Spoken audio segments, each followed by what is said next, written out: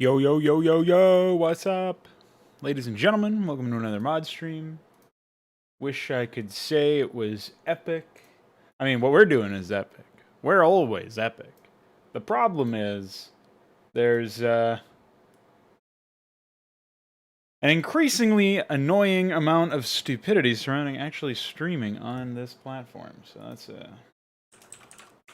that's just great.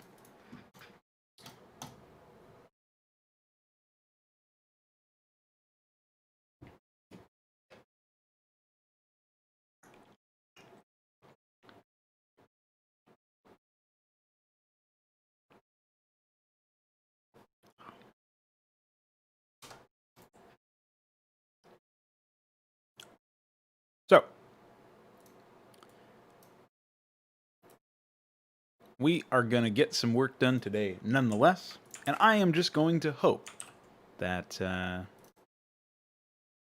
have the right chat open. Because otherwise, it'll be real awkward when I just don't respond to anybody. That's alright. So, let me go ahead and ship the latest dev build for our developers.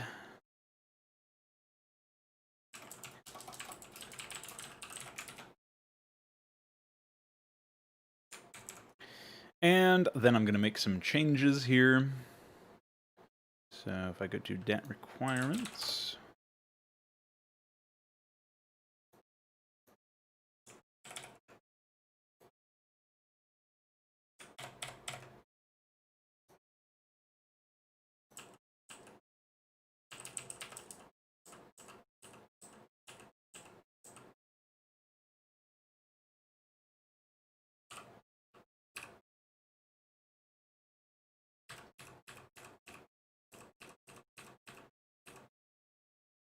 Alright, so fix that.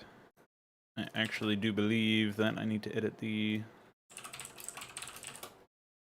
string here, evolution chamber.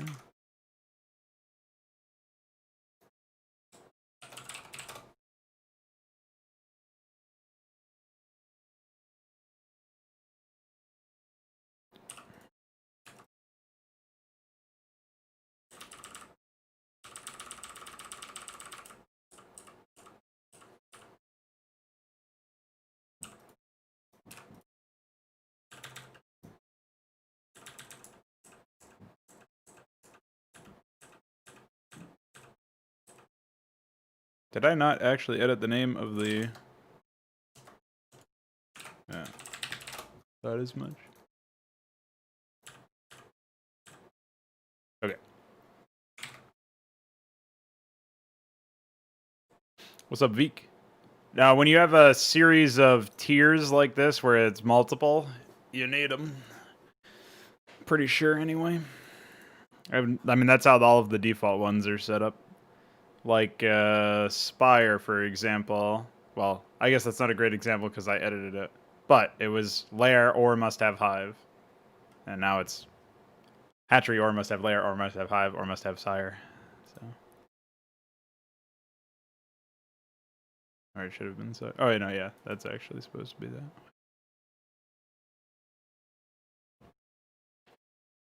So anyway, it looks like I do have my chats up correctly. I don't know what is happening upstairs where they constantly feel the need to smash and make noise. Pretty great.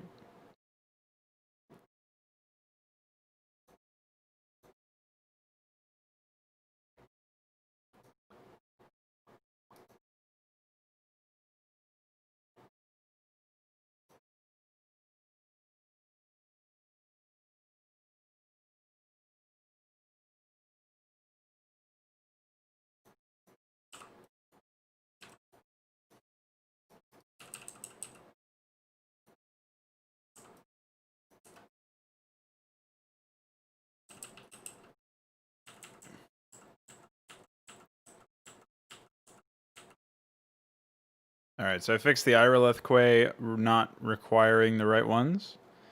Now the Overlord Iris, I'm pretty sure actually is correct, because it's hatchery or must have blah blah blah blah blah. So you should be able to rebuild that. So I was kind of confused by your report earlier week. Let me see here. Can't up. Okay, so it was specifically that you can't go into the Irileth Quay. And then you said Lurker Den isn't working properly. Well, I did miss the opportunity to give it the sire requirement.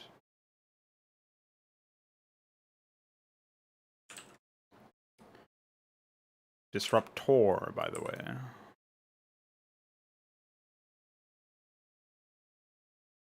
I don't know if there's anything else, though.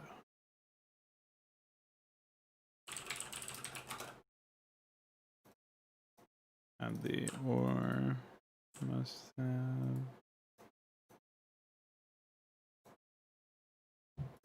Okay. Oh, yeah, true.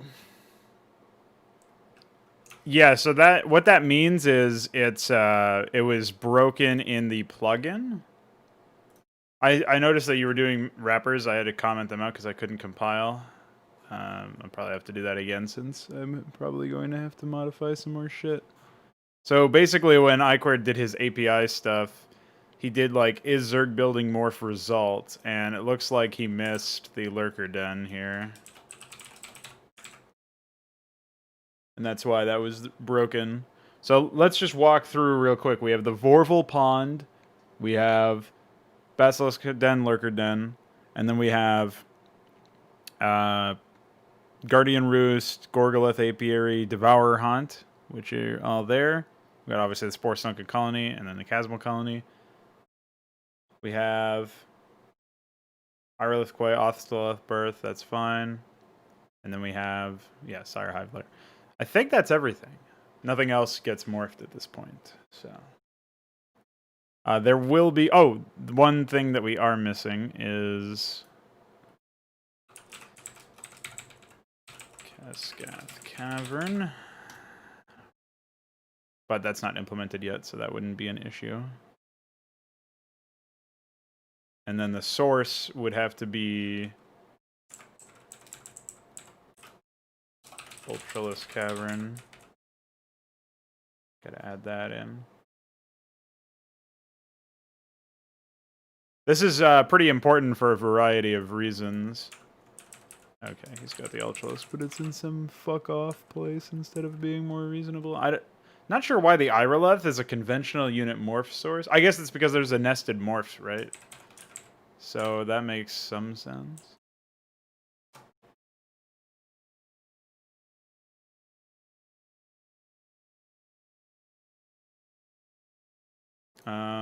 We do have Cascathalor here.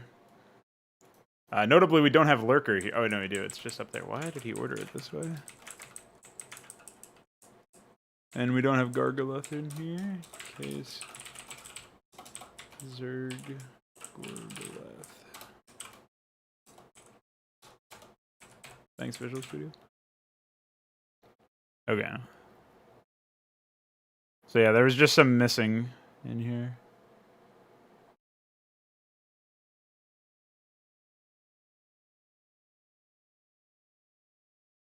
Cocoon, Lurker Egg.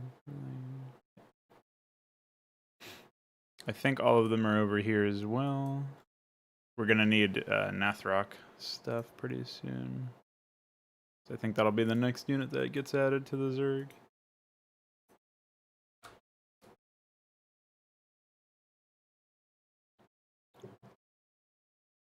Well, the Protoss obviously don't tech into tiers in the same way. So I gave this a bit more thought more recently and tried to figure out like a way to try to summarize the changes because I wanted to do a brief write-up on the Techtree stuff so that I could explain it in a way that would make sense to people.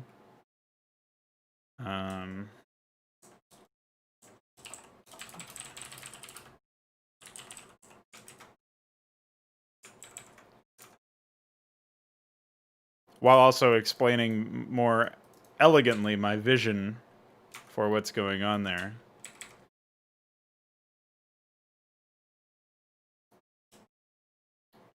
Oh, I forgot to change some more strings.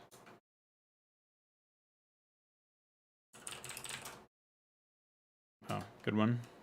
Oh, here we go. Word requires gateway.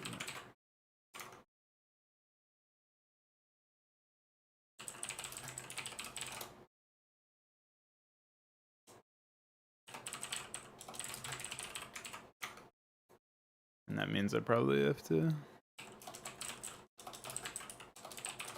jump in here.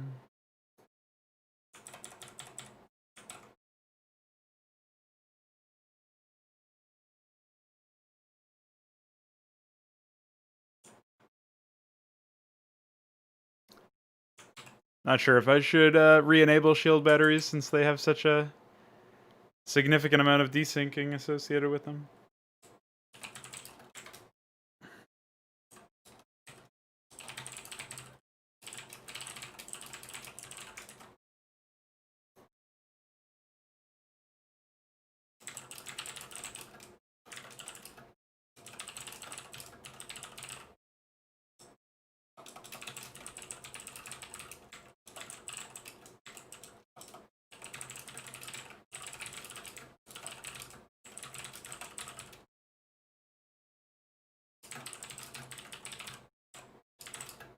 There was one other that I did, but I'm not sure. I don't remember what it was.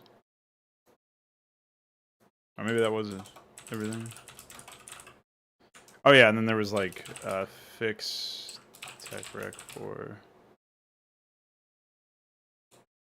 third. Alright, so I'm pushing those changes. That should be useful for anybody who's actually trying to play the game. Obviously that's dev build for now. It looks like you've done a fair bit of work on the wrappers, so that's pretty cool.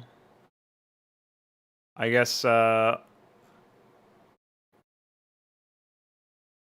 not so many for auto vitality, so once we do heat shield, it shouldn't be that big of a deal.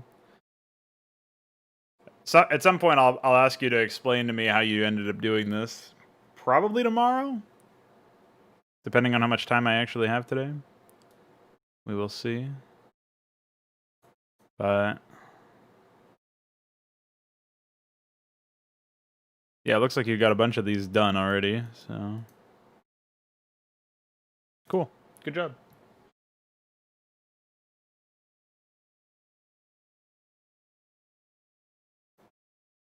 All right, so let's boot up the exe. Oh, I didn't actually add the latest text file, unfortunately, so I am a fraud. You tried playing the game and you regret that? What happened? You get destroyed?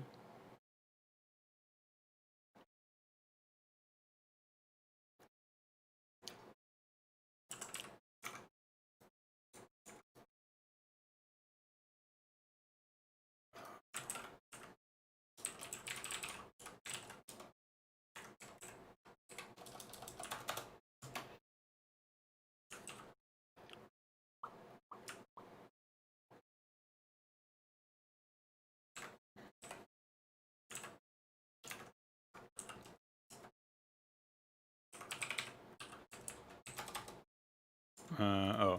It's because I deleted the start locations.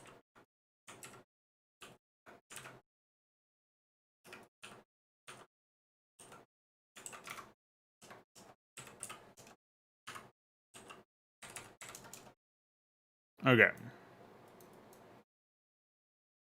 Oh yeah, all these get created in a trigger. I was wondering what the hell happened. Okay. Well, we are going to need to fix this, so.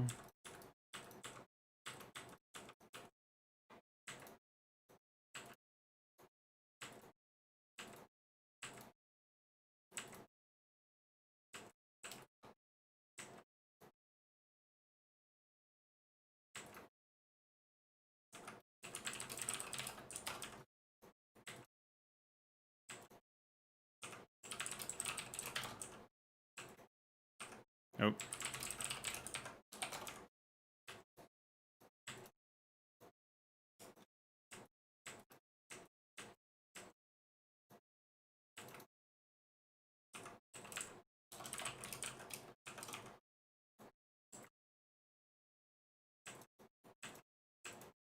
Okay. So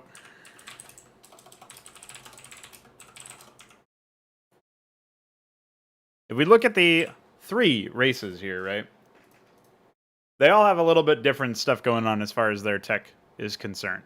So for the Protoss, we already talked about this a little bit in depth, but I ended up deciding to push them more in the direction that they already had. So I guess we should first actually observe what the default way of progressing through the tech tree actually is for these races, and why I find it lacking in every single case, but what I find interesting about the way that they do it. So for my money, there's a couple of different ways that you actually progress through the tech tree.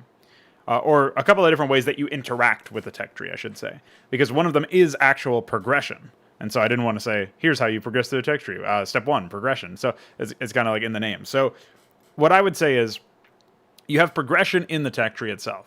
And that's one way to interact with it, is to go deeper into the tech tree until you get to the ultimate level of tech for that particular branch of the tech tree or what have you. So we have a bunch of different options here to consider just for progression itself. And so if we look at through the angle of how the various races actually handle progression, it would be like, how do you unlock additional units or additional structures? And the Protoss sort of had this branching thing going on where they would have, like, they were the closest to what all the races kind of have now, which is the branching idea, that you can go in any direction you want. Well, rather, you can go in multiple different directions via the branching system. Say you want to go heavy ground or heavy air or heavy mech or whatever it might be. And so there's usually 3 or 4 different tech paths or tech branches that you can have. And so Protoss are the ones who can navigate that the most freely, in theory, but it comes at the cost of build space for their tech structures, additional resource requirements, like they're going to be spending more than their counterparts are, and they don't get it nearly as quickly as the other, like they don't get it nearly as all at once as the other races. And so in vanilla StarCraft, the Protoss had the opportunity to immediately jump in and essentially specialize wherever they wanted to. But none of their branches were particularly self-sufficient. The closest you had to a self-sufficient branch in vanilla was the Gateway branch, because you had decent, stock melee units right at the beginning, which is Zealots. And then, of course, Dragoons were pretty versatile, despite the fact that they dealt explosive damage.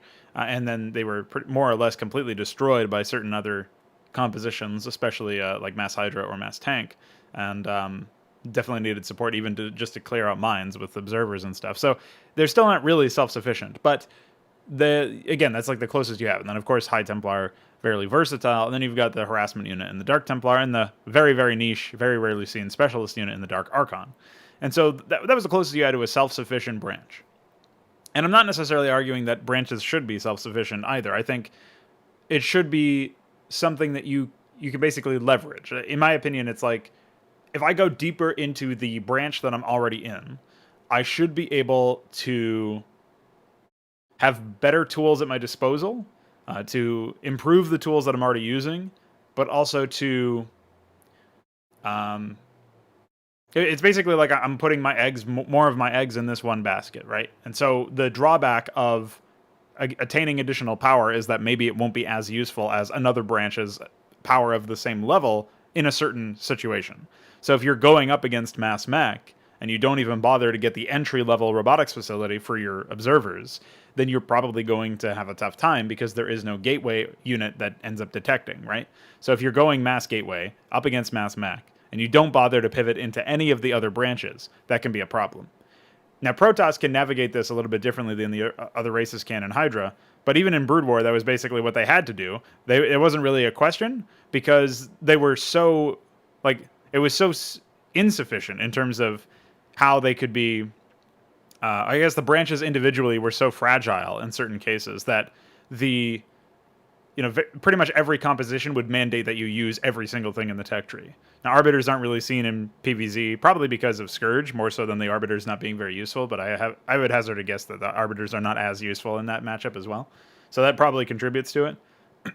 Aside from that, you have...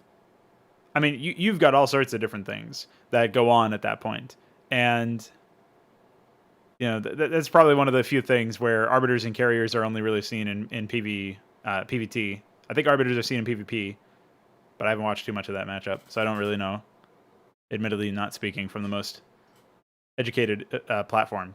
But most of the race was used against the other races. And this is in stark contrast to the other races, which didn't need to use most of their race in order to combat Protoss, or really in order to combat anybody. You would rarely see, and maybe more than half of the tech tree would be used. Again, keeping in mind that the tech trees in the default game are very small.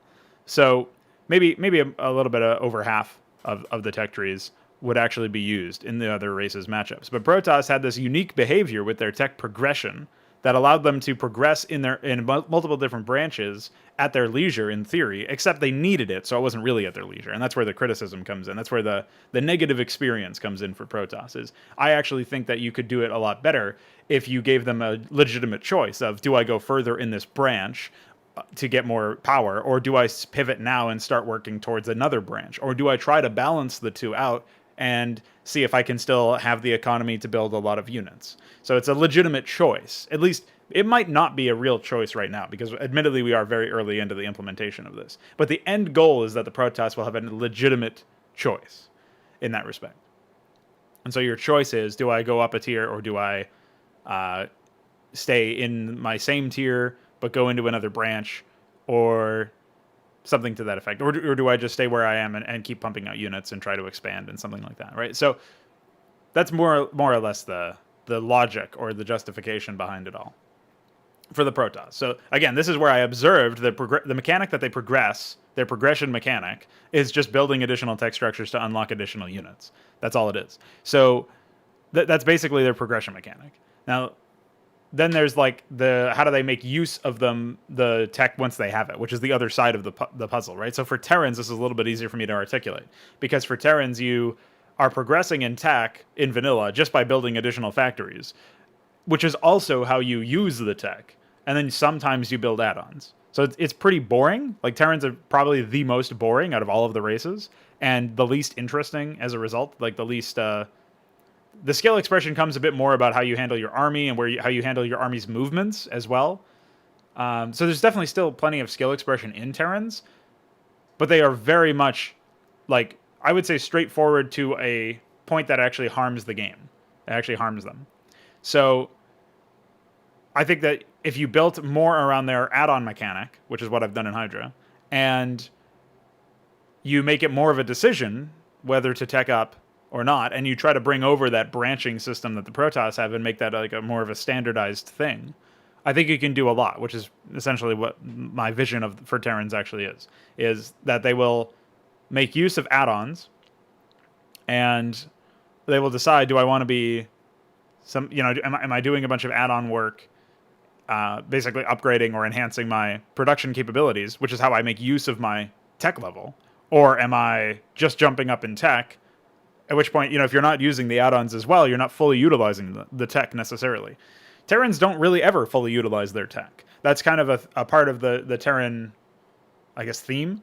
The way that they progress in Hydra is that they all at once, for a very high upfront cost, upgrade their tech capabilities across all of their different branches. So in stark contrast to the Protoss obviously are piecemeal, slowly but surely, and at a lower upfront cost, but a wider final cost, a larger final cost, they are unlocking more of their tech tree as the game progresses. And they're doing so like one kind of unit at a time, basically.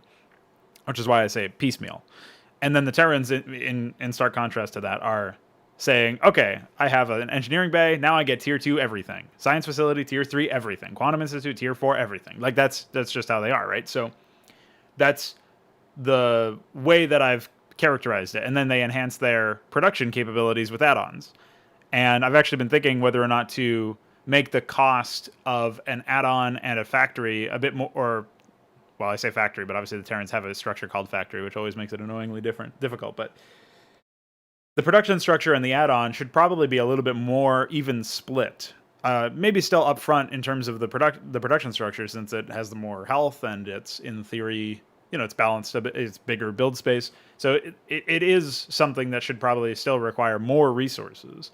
But if you think about like lowering the upfront cost asked by the production structures themselves, and then you slightly increase the add-on costs, now it's a bit more about, you know, really it does feel like a decision to augment your production structures. Now, if you see a bunch of machine shops or salvo yards, or you know, take your pick from the barracks because there's 3 of them, or either of the add-ons for the starport. If you see a lot of those add-ons, you know that this player has invested a lot of money into using whatever branch that they're using and at whatever tier that the add-on is representative of. And that's something that I think can be a bit more of an indicator of that player's strength as well. So when we're looking at the actual setup for Terrans in its current state, we're looking at series of decisions that you have to make related to your tech tree are how deep do I go, but also when I go this deep, like, do I have the economy to back up what I'm doing by adding on a bunch of additional, you know, substructures to my main structures that will allow me to produce these new units. It's obviously a really tough balancing act, because if you make it so that the price of teching up is high, which is what it currently is, that leaves you with the price of the, like, actually using the tech that you've unlocked. You've got to balance around the idea that it's an upfront cost and fee to get to that point. So the other thing that I also do have to decide at some point is whether or not the higher tier tech structures are equivalents for the lower tier ones. So Zerg have this different, completely, we haven't talked about Zerg yet in this Todd talk, if you will, but Zerg have a completely different approach, because they have this interdependence or like a equivalency system associated with them, where when they have a hive, they get everything from lair, right? Which is what you would want, because it's literally upgrading a hive or a lair into a hive. So it makes sense. It's intuitive there. But in this case, for Terrans, sniping a science facility while they have Quantum Institute is still valuable. Sniping an engineering bay when they have science facility is still valuable. And I think that's a worthwhile difference between the two races that helps to add a little bit of character, where there's this vital infrastructure that is still useful at all stages of the game. And I think that is useful, but it's still something else to be considered from a balancing perspective, obviously.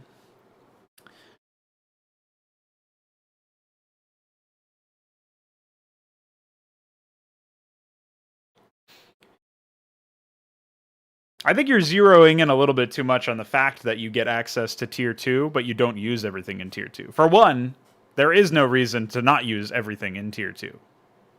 I mean, I haven't seen a compelling argument. I think I've actually built every single production structure in all of my Terran games that have lasted longer than like 5 seconds because of a desync or something.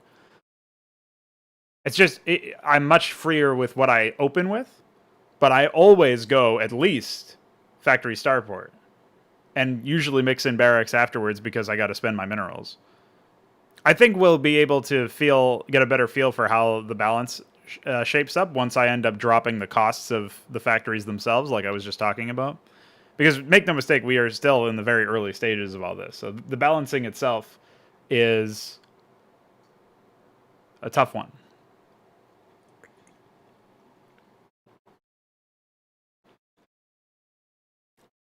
Well, I think you're playtesting against brain-dead AI that don't really do anything, so... And also have their money cheat still. We should definitely get a better testing environment set up, which is one of the utilities of the fraud events. Now, Zerg are a little bit different, because Zerg, I haven't fully figured out exactly how I want to set them up. Because if I drop the Spire cost... I mean, I'm planning on dropping the Mutalisk cost as well, in theory, so... dropping the cost for those units, well, the unit and the tech structure, definitely would feel potentially very disruptive. But it's already a structure that is fairly expensive. I mean, counting the drone, it's 250 minerals and 150 gas. Whereas the other options are much more economic in the early stages. And then you have...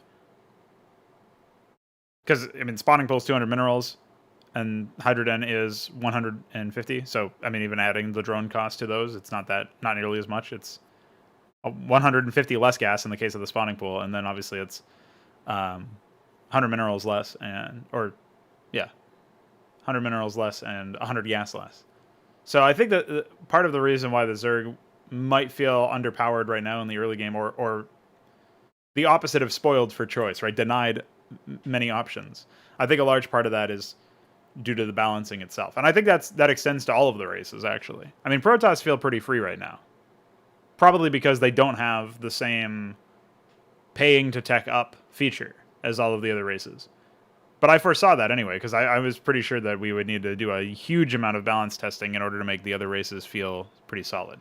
Now, Terrans, I think, feel actually pretty good, despite the fact that their costs are way out of whack. But that's because of the choices given to them in the early game. The Zerg have choices, but probably can't actualize those choices or act on those choices nearly as well as the other races in the current scheme of things. And again, like I said, that this is something where the costs are pretty important.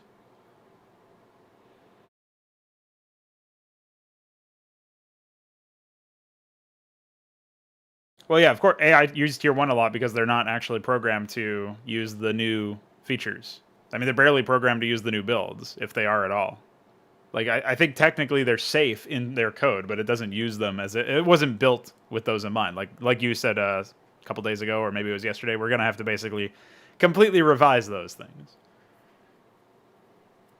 What I like about the upfront cost to tech up and conceptualizing the tiers a bit more stringently is that it makes it more about a decision in the macro scale about how you, like, it's more not just informative, but it's actually more impactful of a decision to tech up. And I always felt that Starcraft did not put enough of a focus on the importance of tech. Mostly because you just accessed it by virtue of, like, it was incidental instead of intentional that you would tech up in Brood War in many respects. Like, factory unlocks Starport unlocks science facility. It's such a lame progression of events that, okay, I guess I have the highest tech in the game now. You know, instead of it being something that you actually arrived at. And so I look at it like, I want to be able to look at a game and I want to be able to say, you know, this guy seems to understand what he's doing. He's got a decent number of expansions. He's got the economy to support a large number of production structures. And now I can see he's ascending to tier 3.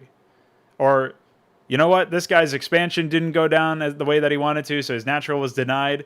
So he's actually slapped down more production structures, and he's sticking to tier 1 a little bit longer so that he can get back into the game. Like, I want both strategies to be viable. But I want to make it so that it's actually a decision that you make in order to decide now is the time to tech up, right? The other thing that this accomplishes, and so for one thing, it's inevitable that people are going to make comparisons to the original game state of StarCraft, and also to the game state that Hydra had before this giant tech shakeup. But because this is so different than what most people who have played StarCraft historically have ever played as, right? Because this is completely different, it's one of those things where there's definitely going to need to be an adjustment time. And I need to get, like, there's a huge amount of signal noise, too, with the feedback, where people are basically just saying, I don't like this is miserable. Well, really, it's not people. I've only heard that from you. But as a saying goes, right? So because I have to filter out all of the emotional response to something has been changed in a product or project that people appreciated before, and they have not given it enough time to appreciate it in the current state. And maybe it's not appreciable in some fashion, but I've got to filter out everything that might not be the most useful so that I can properly set that up.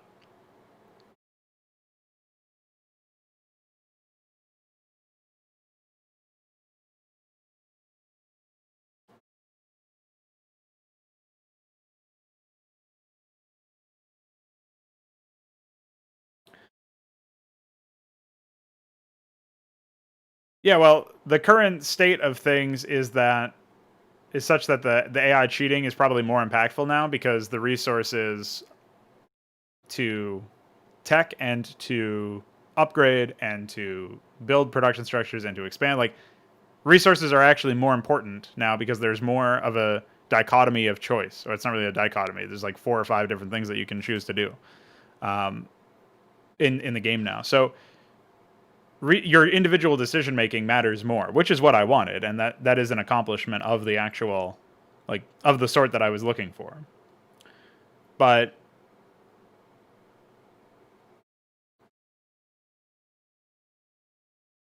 yeah, well, that's precisely what I'm going for, though. It's just that it's not the same way of the, like, oh, this is a tier 1 unit, so it always loses to a tier 2 unit. I don't think that that's a very interesting balance either. I think it's more like, so this might seem like I want to have my cake and eat it too or whatever, but what I'm looking for is a game state where you have tier 1 units that are relevant at many stages of the game for depending on what build you're going and what matchup you're in, that can be complemented very well with more expensive, higher tier units as the game progresses. I don't think that the resources would scale enough for you to mass produce tier 3 and tier 4 units the same way that you probably see in like Supreme Commander or some of those games. From what I've heard, it's like situations where you'll be building like massive numbers of end stage units and stuff. Now, I'm not saying that can't happen in Hydra, or that I would even, like, I think that would actually be pretty cool if we could make that happen. But it's not something where I would want to butcher the whole balancing act of the first game or something like that. Like, I guess that would involve basically making it so that you build resource generation structures, which is not really something I'm a huge fan of, because while it is usually a pretty big resource investment, I don't like that you can just do that and then defend them and then passively gain money. I know you've technically earned it, but it doesn't feel good from a gameplay standpoint. Oh, I don't think that's true at all. Build order is much more free. I mean, it depends on what build you actually want to go. So it really depends on what kind of bias you're taking into the engagement. Now, my bias is I want to be able to choose my opener at basically, like, I don't want to be able to pivot once I've made my first choice. But until I've made my choice, I want to be able to say, hey, this is what I want to do, and then commit to it. And it sounds like what you're talking about is, well, once I build a barracks, I've already invested in bio, so it doesn't feel as good for me to go into factory or something like that. I mean, I guess you're talking about Zerg mostly, which I have not played enough of yet to really get a feel for it.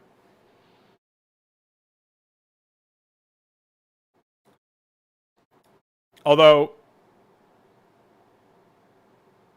I don't think there are hard counters in StarCraft, so I'm not really sure what you mean by that. I mean, there's the obvious, if you can attack air, then air hard counters your unit, but that's pretty self-explanatory. Now, your criticism that the tier 1 feels like rock, paper, scissors, I'm not really sure about that one, because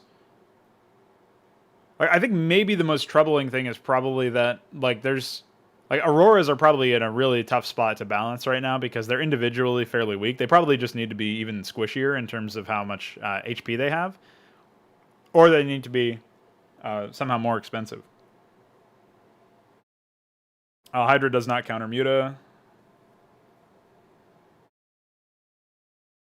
Hydra deals explosive. Zergling doesn't really counter Hydra either. I mean, if you surround them or whatever, but that's positional gameplay. Hydra's range will destroy enough, Zerglings given a decent enough engagement. So no, I don't think that's true at all.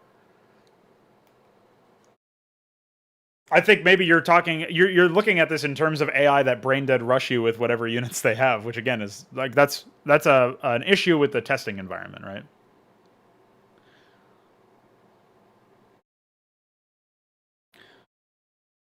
I think the problem there is probably a bit more that the what's it called? So Zerg have less versatility in their core units than the other races. Because the core air unit for Protoss is now the Aurora, which is fairly versatile, even though it deals concussive damage. It's also fairly nimble, so it has that advantage. Obviously the core unit for their gateway is Zealot, which is obviously doesn't attack air, but it's fairly good against Zerglings and Hydras when given enough, like a good positional engagement or something. And then there's not really a core robo unit yet. Presumably there will be eventually. The core unit for Terran at the barracks is obviously the Marine. Very, very versatile, probably the most versatile unit in the game. And you can get Marine range and Stimpak at tier 1. So they can be upgraded to be very, very effective against Mutas, Hydras, Zerglings, and against most of the stuff in the Protoss army, with the exception of like Mass Gateway. Obviously, core air unit is Wraith, core ground unit is Vulture. These are units with very defined combat roles already. Yeah. So like basically everybody's tier 2 or pre-tier 2 options, so tier 1 through tier 1.5 or whatever you would call it, classify it as. Everybody else's options are a little bit more varied. So I think one of the ways that we could get around this, or one of the ways that we could resolve this issue for Zerg specifically, is essentially by deciding that certain roles or certain certain morphs should be available at tier 1. So like Vorval Pond is available at tier 1, right?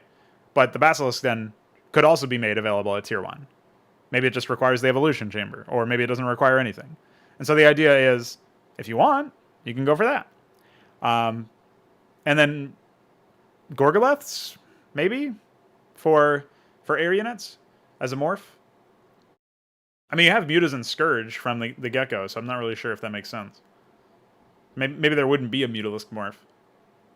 But I think maybe Mutalisks being a bit more... Like, the Mutalisks are definitely the most versatile unit that Zerg have at tier 1. And that's a case where I think by making them a bit easier to access, either by dropping their individual cost or dropping the Spire cost or some combination, you'd probably get a better setup there as well.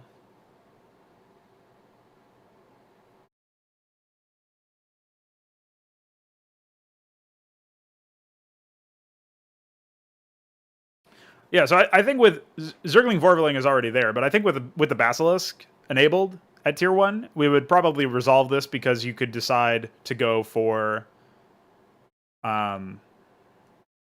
you could decide to go for anti-infantry basically. And Basilisks destroy Protoss even in other cases when combined with Hydras or Zerglings because of the fact that they destroy the shields. So they would annihilate the shields on pretty much everything. They have higher base range than Dragoons, even when upgraded, I'm pretty sure. So, like, we can, I guess, test that right now. If I can type. Yeah, their range is 6. So I think it's even when they're upgraded. Yeah, it's 4. So they have even range with a Dragoon when upgraded.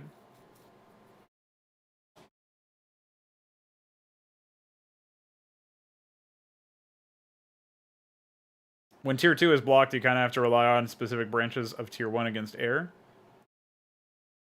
Well, you could also go air yourself. So I think that is a fine equalizer. Wraiths against Mutas aren't the best, but I mean, that matchup in particular hasn't changed. Mutas deal normal damage, Wraiths always dealt explosive against air. So that matchup by itself is fine, I think. And that is also the worry about lowering the cost of the Muta itself. So I think I'll probably end up lowering the cost of the Spire instead, because you don't want to make air too powerful, or everybody will be forced to play it, and if they want to win. And they won't be able to make the other stuff as accessible. I think we could also get around, or not really, like I keep saying get around, but I think we could actually resolve the issue by adjusting costs. I think a big part of everything right now is cost adjustments. But the Zerg case that you're making does make me think that just Basilisks being available at tier 1 would probably resolve a lot of issues. I think the problem with going mech is just that they don't have anything that counters, that provides something against light units. I mean, Goliaths themselves do a reasonable job against Mass Muta. But, again, that's not a tier 1 option, right? So Southpaws are not very useful because of their low range. I was thinking of revising their range as well. Well, you haven't really provided an argument as to why they feel very artificial. We are pushing for flexibility. Well, I am pushing for flexibility.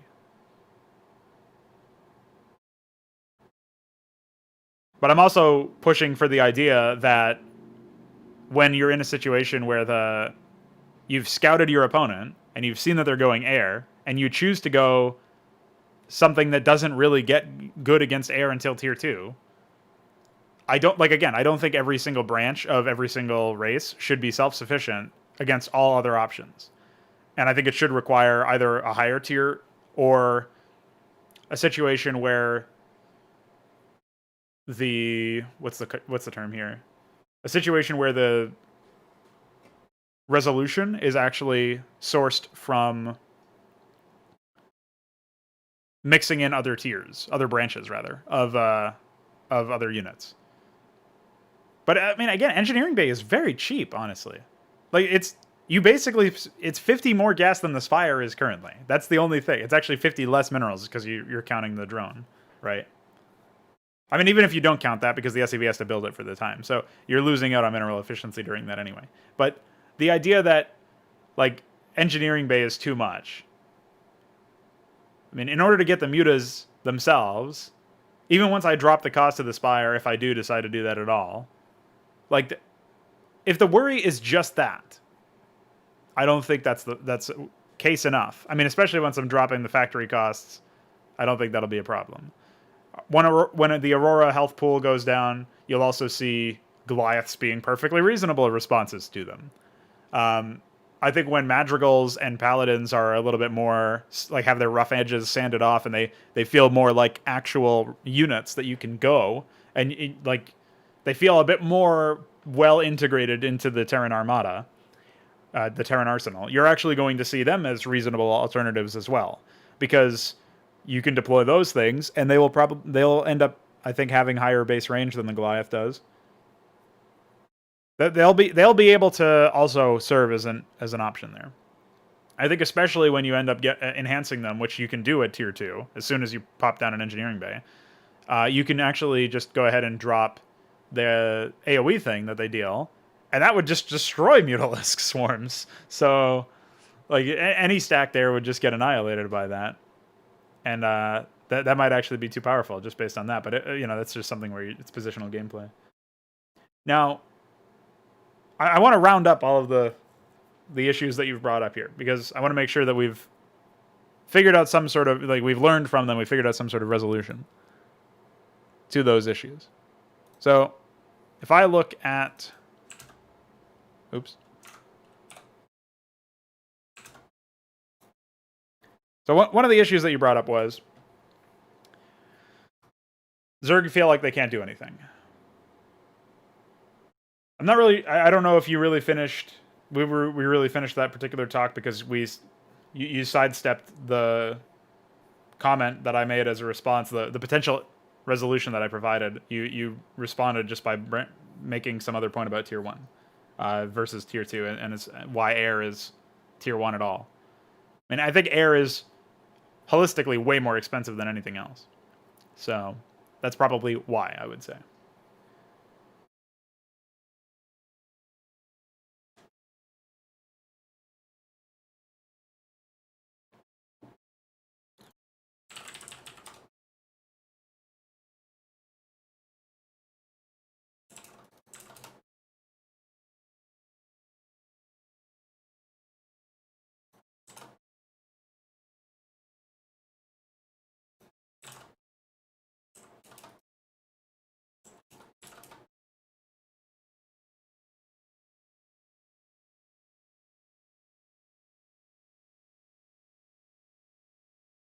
Very strange health cost decisions were made by Blizzard.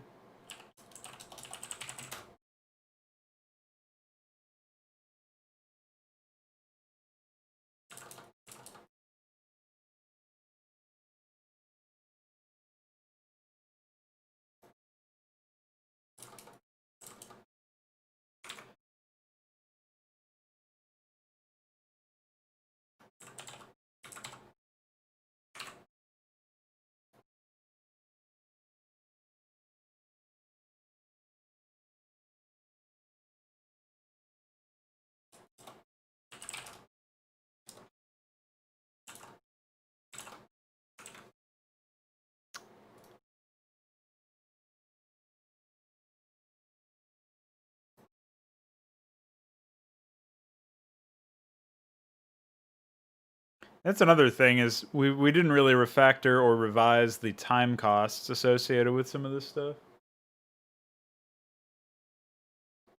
So I'm not really sure.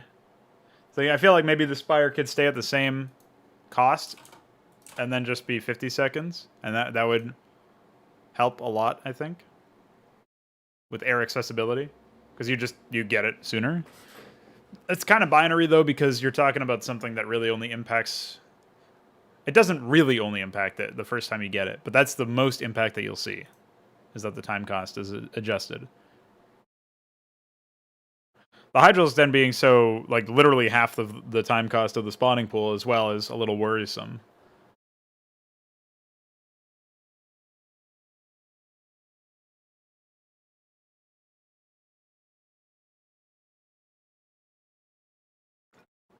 I'm not either, but I'm also trying a million different, not really a million, but we're approaching double-digit balance changes just in this particular section alone, so.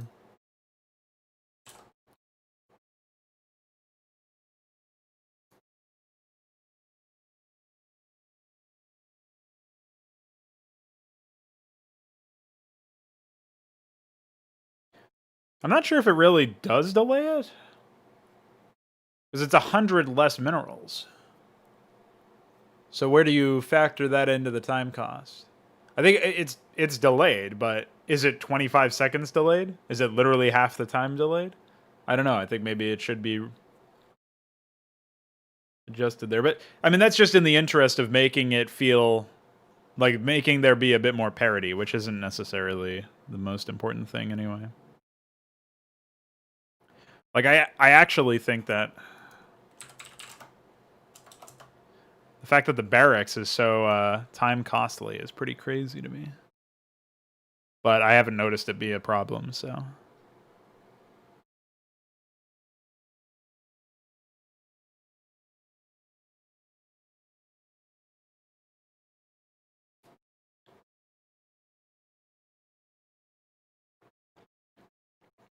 Well, it's not like you were never going to do that.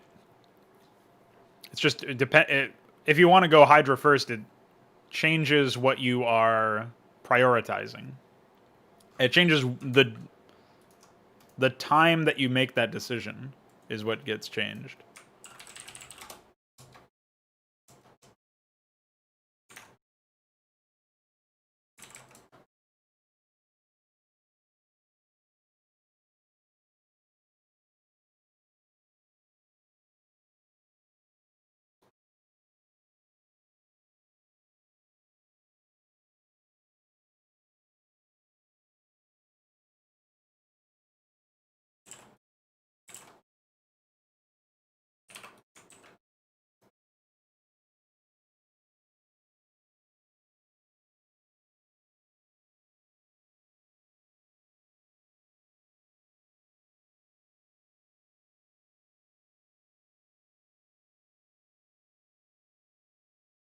Well, yeah, teching up is always an investment as opposed to something that's immediately going to give you returns, which is why there's a distinction between deciding to tech up and deciding to build additional production structures, which only situationally benefit you if you don't have the money to support them, obviously. It doesn't benefit you at all.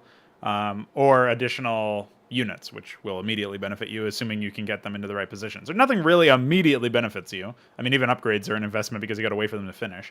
But within the context of reasonable understanding of, like, when you can actualize them, I think it's fine, a fair point to make. It's just that that's the point of teching up, is I'm paying for the ability to improve the number of tools that I have at my disposal.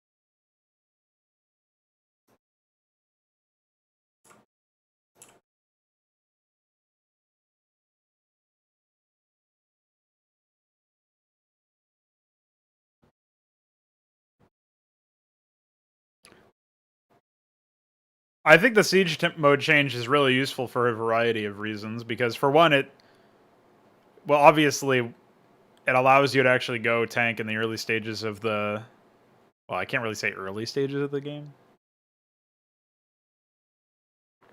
I think when like most of the players in the game have tier 2 tech unlocked, it's probably already mid game.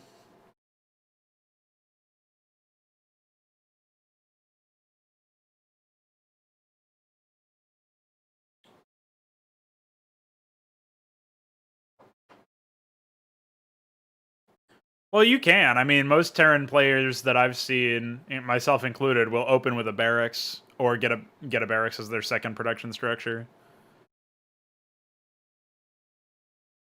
Like, that's kind of par for the course. That's actually one of the flexible things about Terrans, is that they can, like, their core units are versatile enough that in the early game you don't even need to really upgrade them. Like, you don't need to upgrade vultures in order to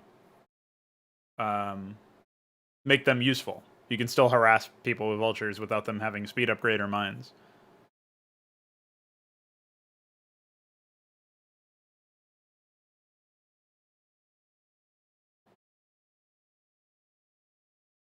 I actually think Terran is in a better position than people would expect, given the changes.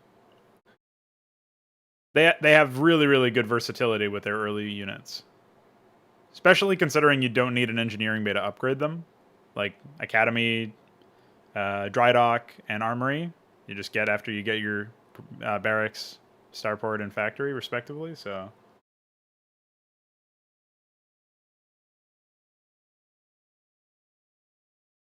What's up, Ikewear?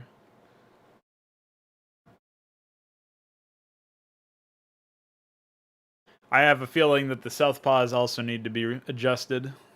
They didn't quite deliver on the idea that I wanted them to be. What I was thinking about is just, for example, taking knockout drivers and having it actually be a passive of the unit. And I might even consider, like, I think giving them higher base speed than a vulture would be good, but not as fast as speed upgraded vultures, so it'd be like 125% or something like that. And my thought process there is, if you're paying for more, like, the unit is more expensive than a vulture. I mean, it costs gas for one, but it's also, I think, more minerals, which should probably be addressed.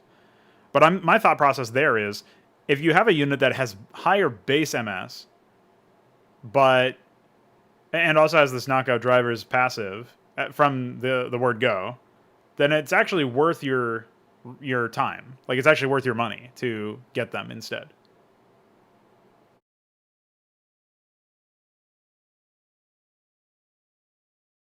I can make a shadow for it. I don't know. I don't remember where that power generator actually was. If you want to send me the GRP for it, I can do it real quick. I also have not tested magical changes. I was talking with Veek about the changes to the game with all the tiers. So yeah, I think actually we'll probably end up making the Southpaw a little bit more impactful from the get-go here. If I can find where they are defined. It's 19.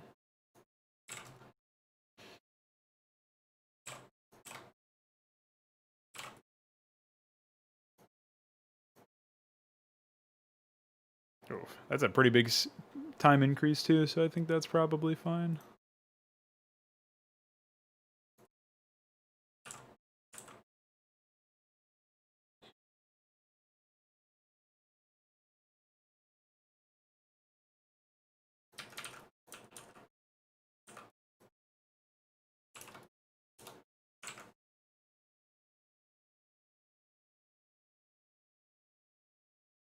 Oh, Veek, did you update the Hierophant's seek range when their acquisition range or whatever, when they have their upgrade?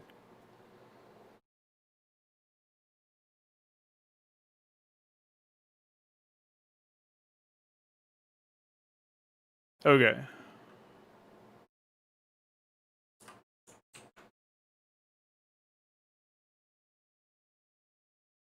Yeah, they have the same exact attack speed. Oh wait, I'm looking at the wrong one. Hold on. They actually have a little bit better, like, faster attack speed.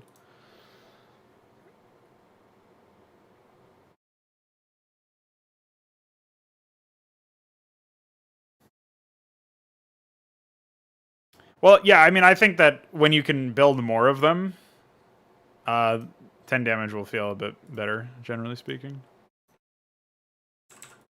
I'll shrink their hitbox down as well.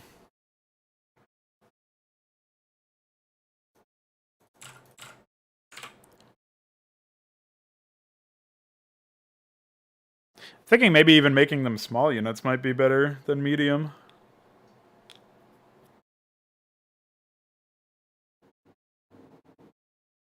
Obviously, it changes pretty heavily what they actually, what they can handle. Hurts them against Auroras.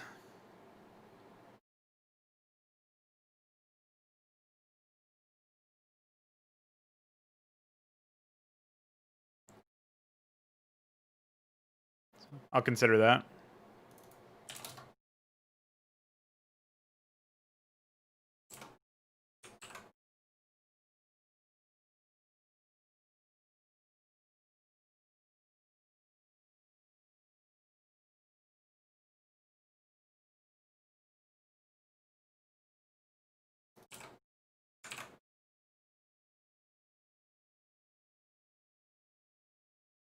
Oh, you're talking about madrigals. I thought you were talking... Wait, are you talking about madrigals? They have the same weapon either way, so... Both the madrigal and the southpaw have the same attack, so... I don't know what that means.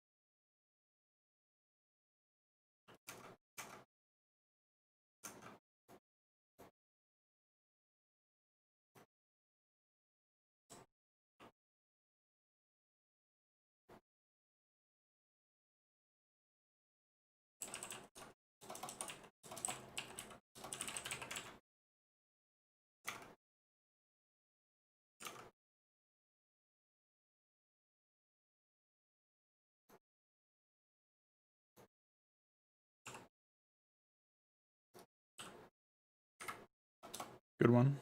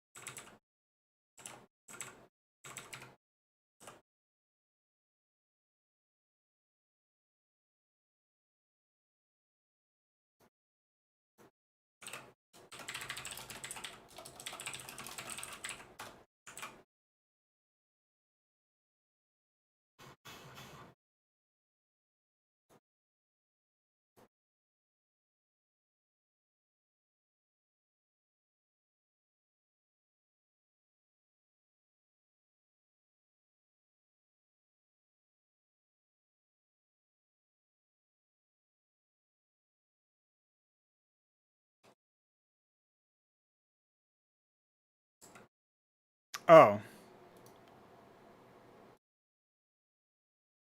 Yeah, that's a problem.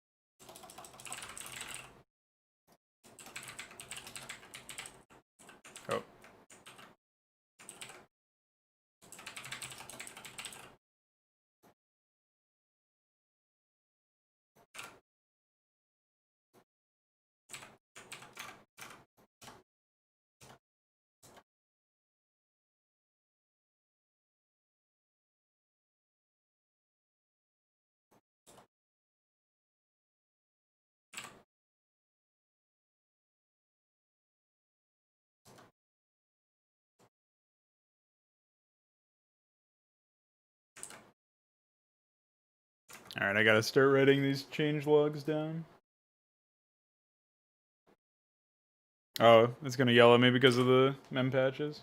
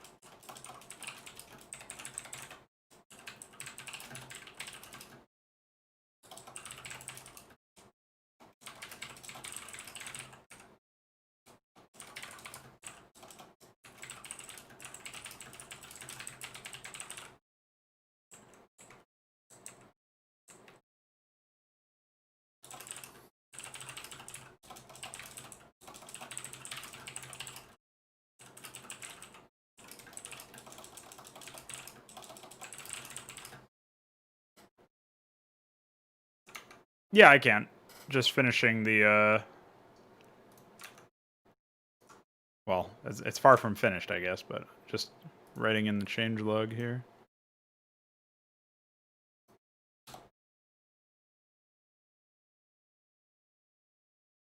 Okay, I'll have to compile is.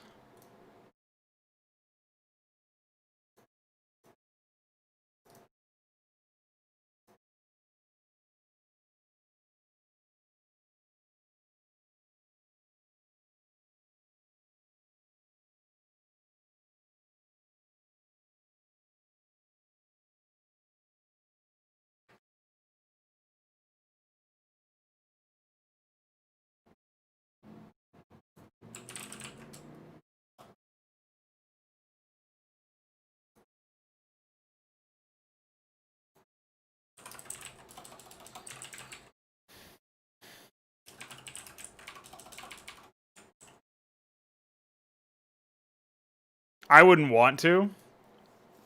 We also don't have most of what we actually need there.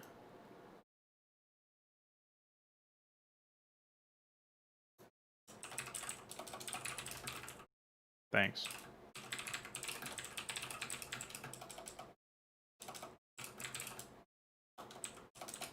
I don't know why GitHub or GitAhead does that. It's so annoying.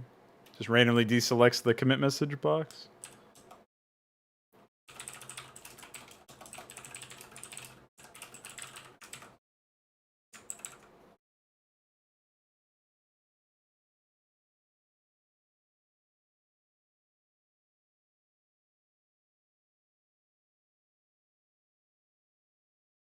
So we adjusted factory and starport cost. I wanted to also adjust the add-on cost a little bit.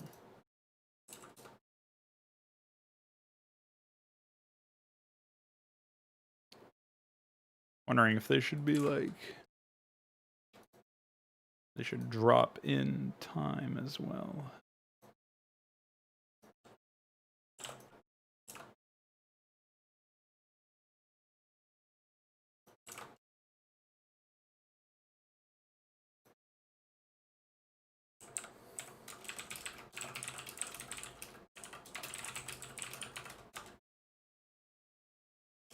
Yeah, there was no time.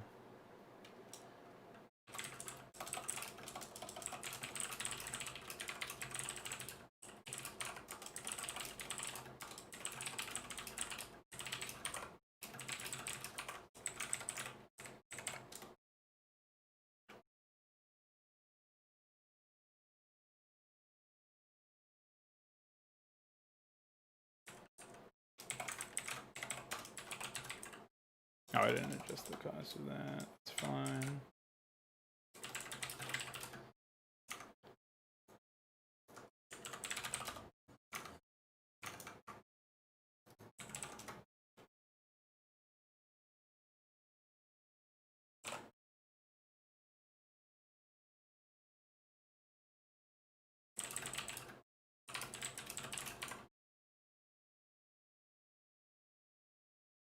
Yeah, it's supposed to just be an overlay on the unit itself, and then but the problem is we need to lock out, like we basically need to treat it as if it's actually upgrading, like the current gateway morphs upgrade, where it locks out the structure, creates an overlay that's warping in at a certain area, but then like shows a progress bar, and so that's going to be really tough to emulate. I feel like on a UI sense, and then after that, we're going to need to, like, obviously we have to make sure that the AI interprets that correctly as well when they're doing it, so that they don't start trying to tell the structures to make units. In fact, I wonder if that has something to do with the AI stuff, with those issues. Is like maybe the issue is actually something very basic. In like if we look at Zealot, current, yeah, there's, so maybe I should do is not training or morphing. Maybe that's the problem, actually. I think that's probably what happens to the AI, is they probably tell it to start working, and then it breaks.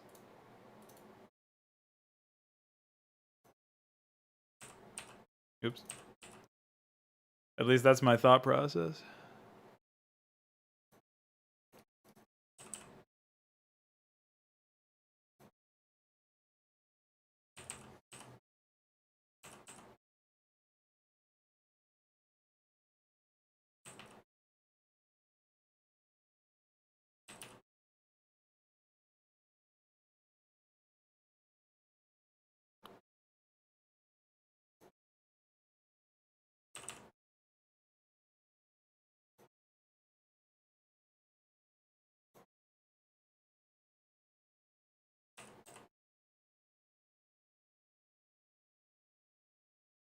So yeah, that's probably what causes the psychosis that locks out all of their stuff.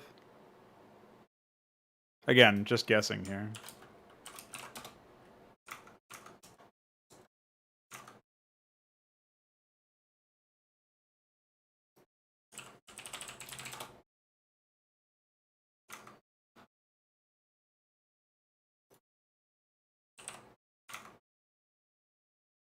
Anyway, outside of that sudden realization,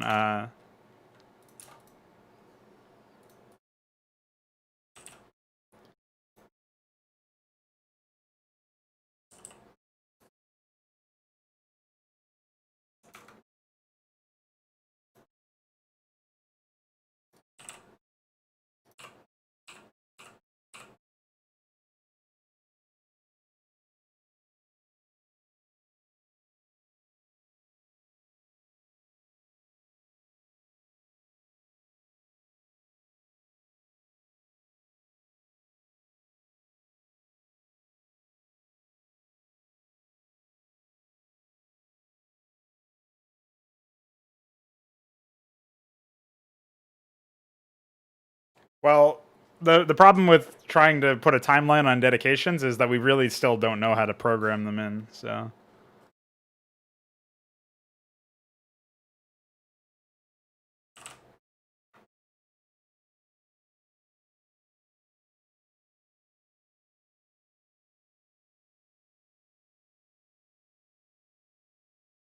you meant that is not training or morphing will disallow you from queuing units in the gateway. Will it?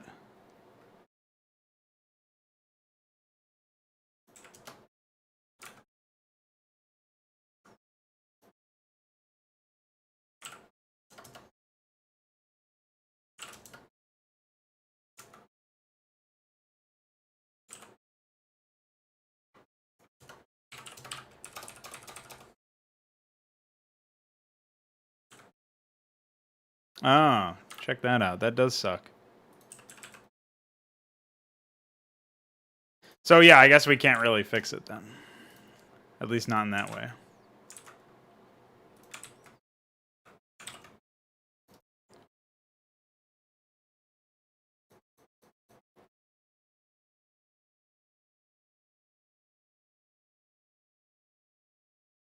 Oh, okay. Yeah, well, Veek was on the money with that comment. So basically, if we want to actually make it so that we can stop the AI from, I don't know. I don't know how we would do that, because there's no support for that in the game, right? There's no just is not I mean, maybe it could be is not constructing? I'll try that, I guess. But I have no guarantee. I have no real way to test if that works. Oh, okay. Well, if you can just fix it on the AI side, I guess that's fine. Oh yeah, I didn't fix the max HP inject stuff.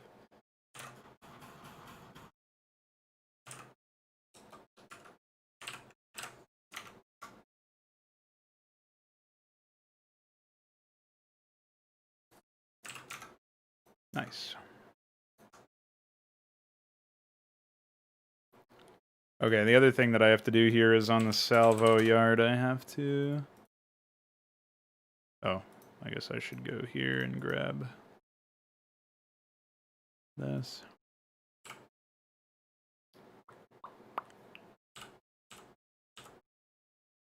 Oh, maybe it should be Hellfire.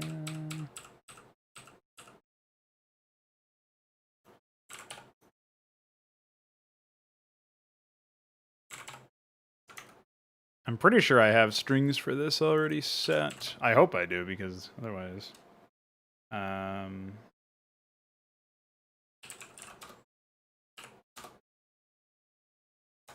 1354.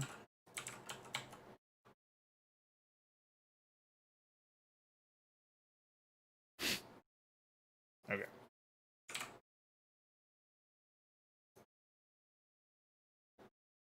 We'll see about the science facility requirement for that one. I don't know about that. Maybe we could just increase its cost and make it a tier 2 upgrade instead. Okay, so we have that set up.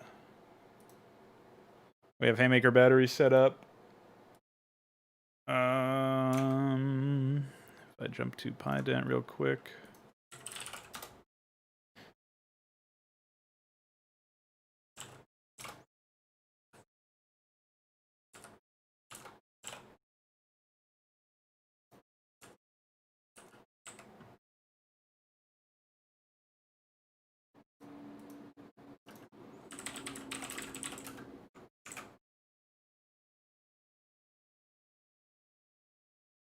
Okay. That's fine.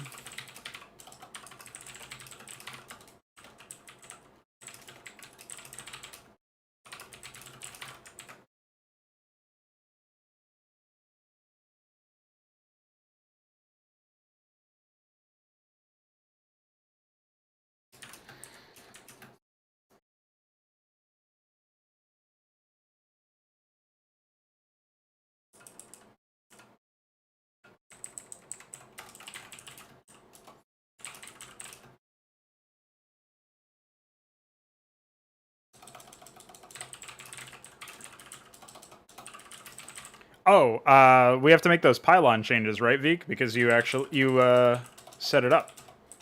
Pylon, by the way. So the pylons need to provide 7 base supply.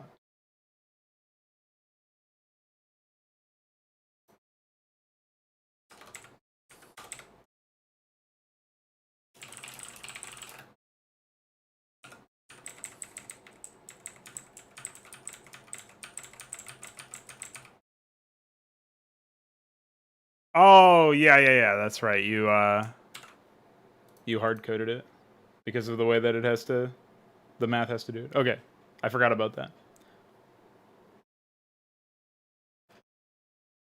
That would be safer for like if somebody wants to make a custom mod or something, but it's not really that important.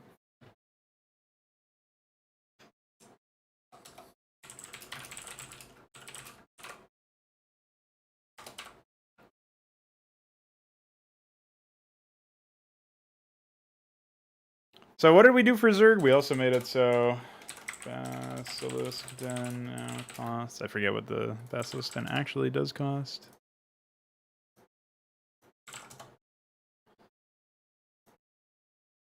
$125.75.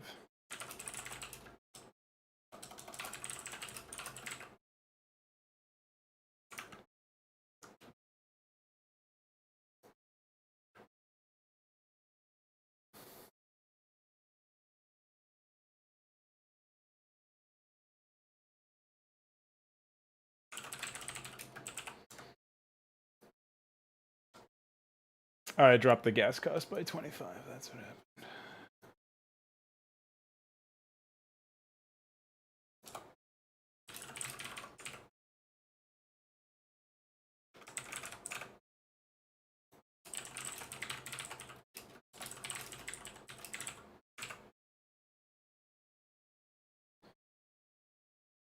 Okay.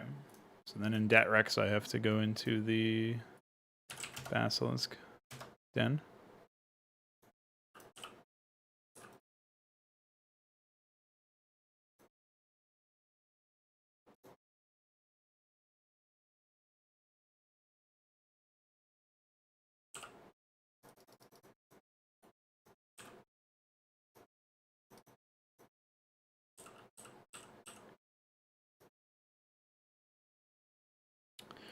Okay. And I have to do this for the Lurker den as well. Oh, no, I already did that for that. Gotcha.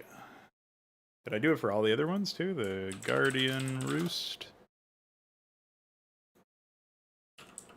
It's right here. Yeah.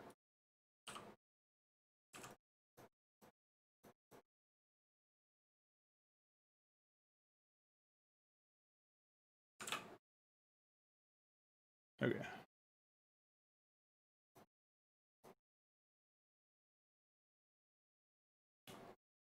That should be it for the fixes, hopefully. So we didn't really adjust too much with the Zerg. We just made it so that the Spire costs 25 less seconds, and the Basilisk Den now requires hatchery from lair and costs 75 gas.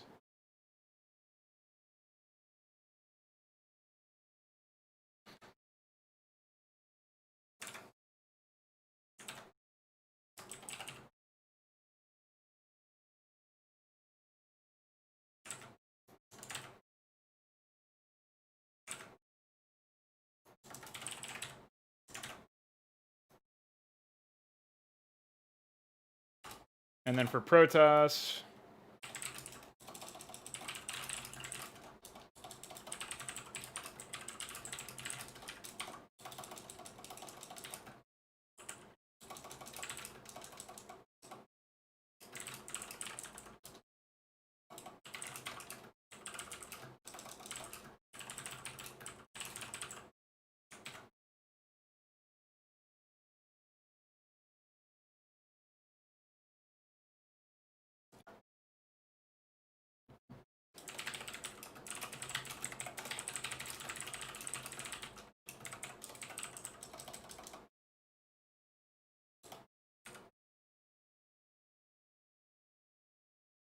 yeah, most of these changes ended up being for Terran after all, but that's alright.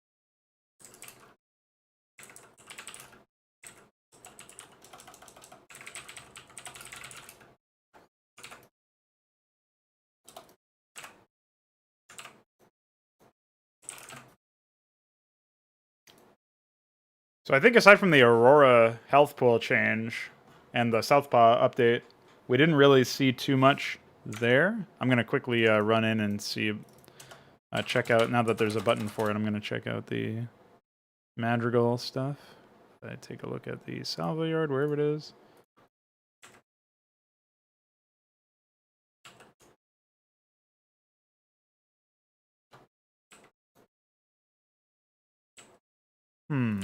Maybe in initialize I don't have the Hydra hooks up or something? Let me take a look. Oh, it is inject Hydra specific. Let's take a look here.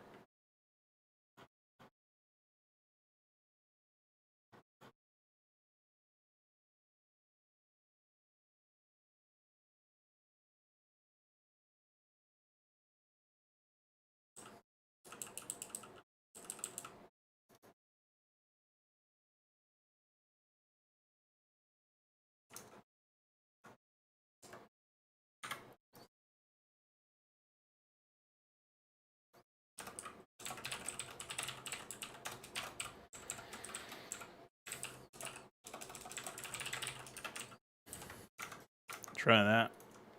Just to see if it's actually working. I could have also spawned a Madrigal owned by another player and tried that.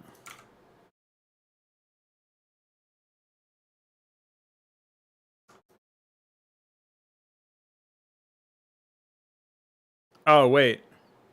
Is this only taking into effect on the second Flingy Bullet ID? What is that?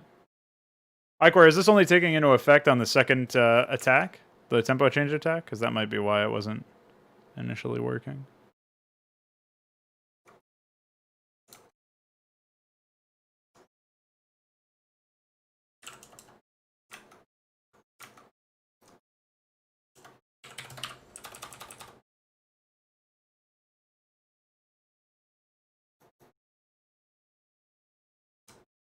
Oh, I guess I've got to fix the upgrade definition. Yeah, it looks like...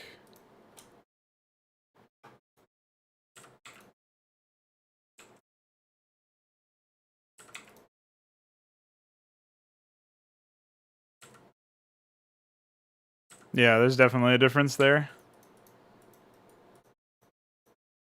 Though for whatever reason, it doesn't... It's not blowing up anymore, unfortunately. So there's something broken there. Yeah, it should work for every projectile they launch.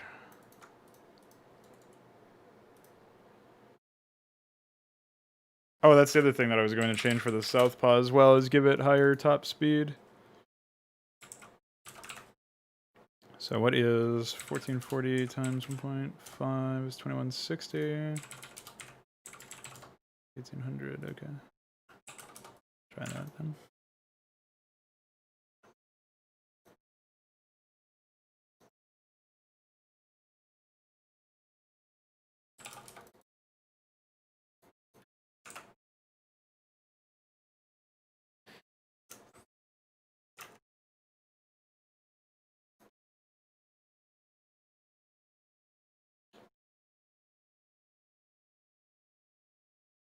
Oh, well, I have the latest A's as well, so...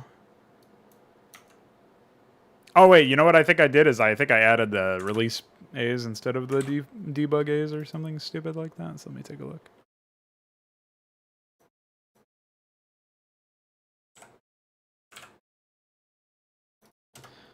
That may have been it.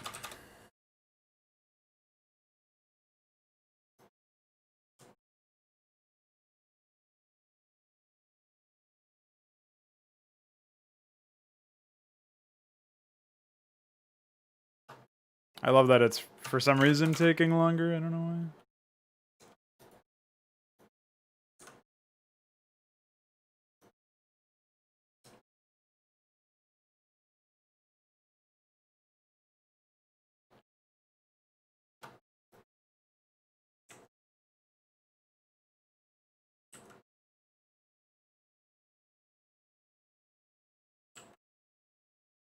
Yeah, that's actually super powerful. I'm thinking I should probably drop the speed to like... something like that.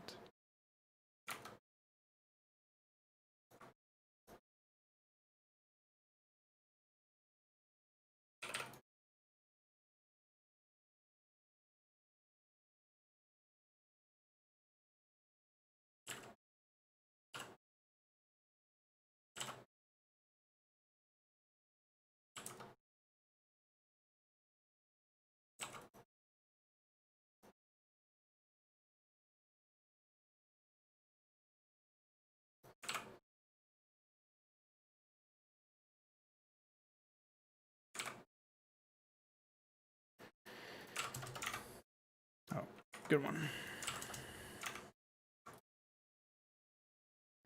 That's another thing about the plugin, though, is like, I think it's in button sets injector or something that I have to set up the... Oh, maybe not. Where did I have to set up the...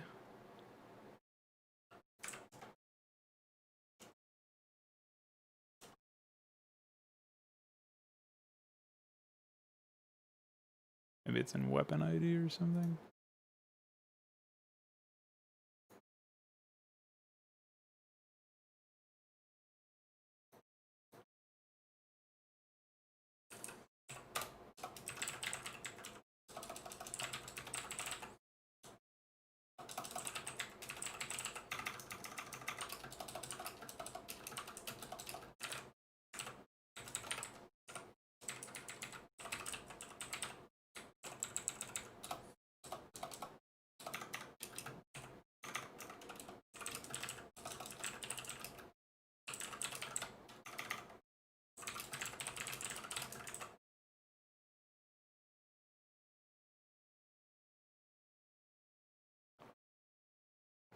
Yeah, when the paladin has its final stuff there, it's going to be pretty intense.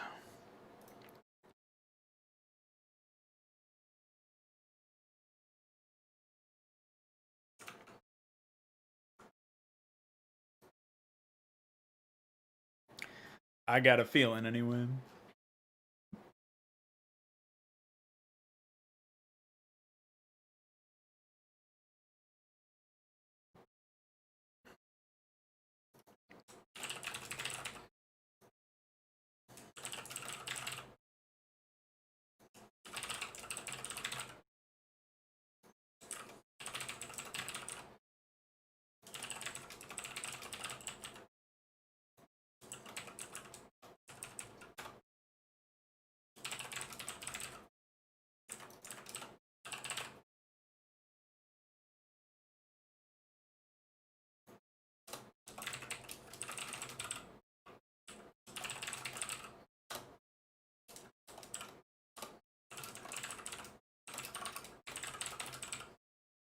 All right, I guess we could just do the...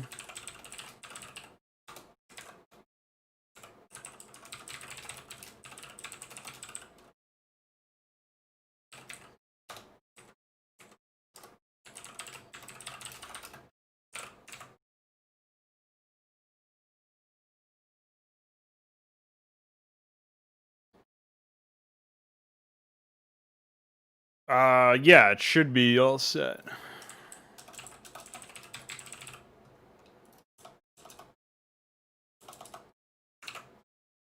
Just give me a sec here.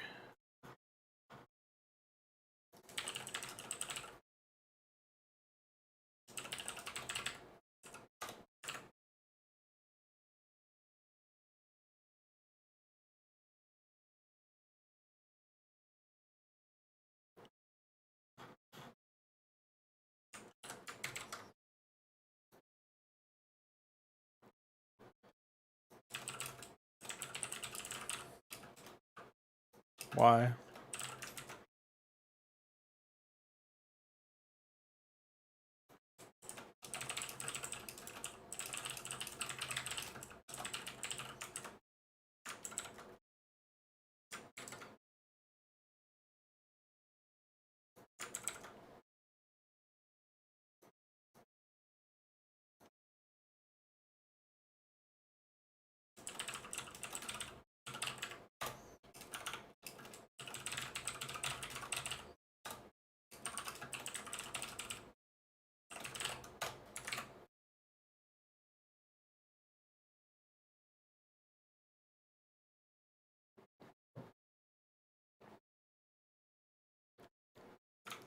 Well, luckily enough, I still have weapon IDs to use.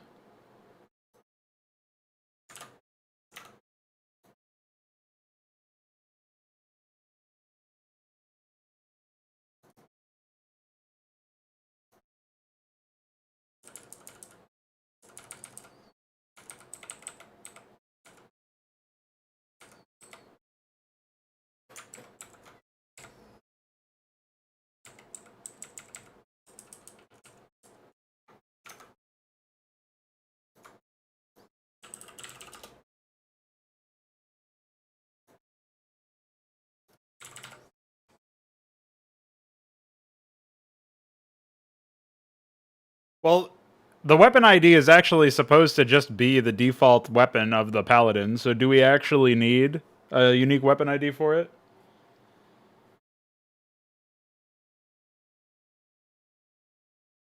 Yeah, we could use the standard paladin weapon. It's supposed to be the same missile, so...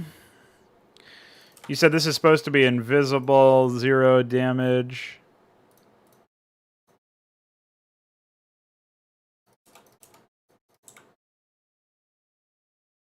So it should be appear on target unit, white circle, invisible, or whatever?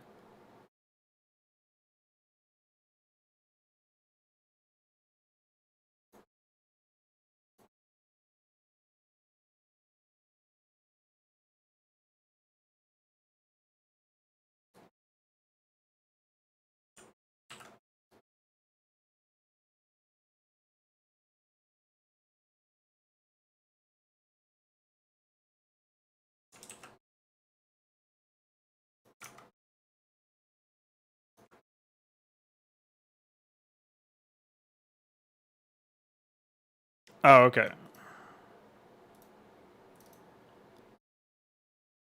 I actually do not remember what we used for Skyfall's order. If we already did select it?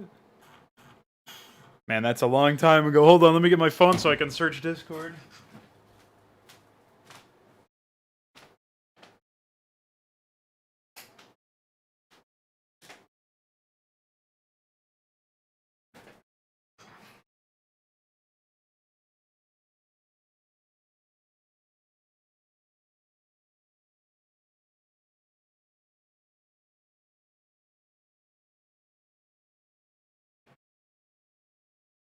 Looks like it was attack tile. Do you remember the order ID of attack tile?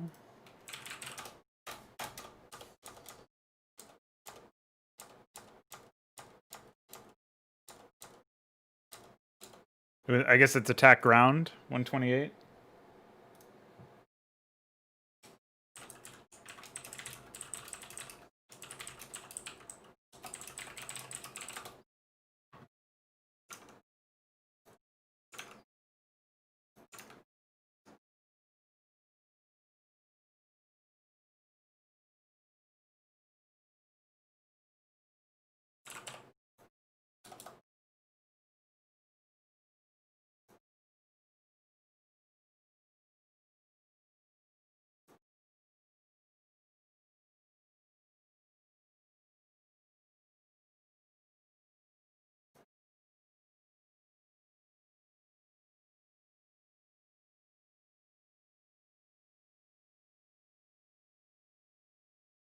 Oh wait, this is attack ground nuke. I don't know if that's the same thing.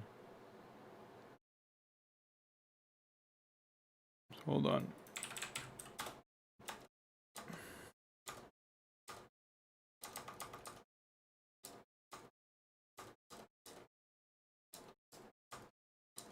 Yeah, I don't actually see any other. I see attack ground infested Terran, but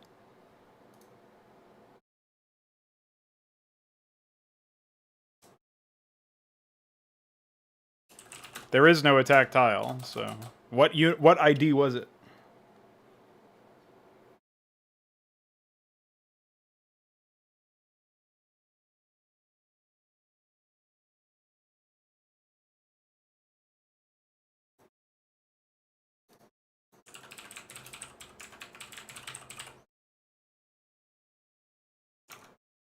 Apparently, it's pretty early on. Yeah, attack ground unused. Okay.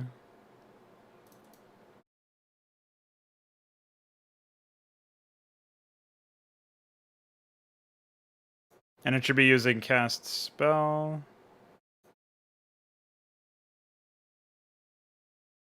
Okay. All right, so I've set it up in the order. So we have Skyfall.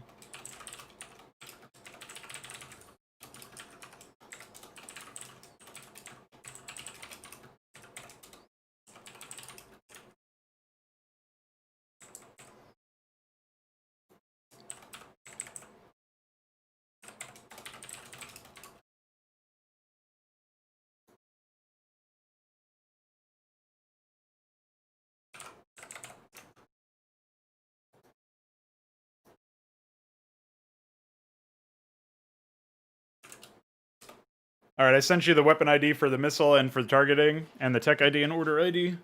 Let me know if you need anything else.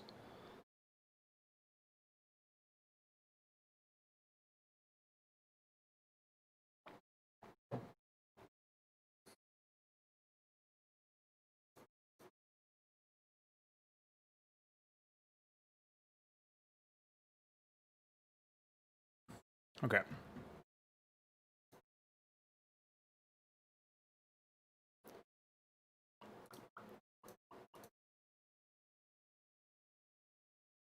So an upgrades EXA Requiem Afterburners should have an icon of...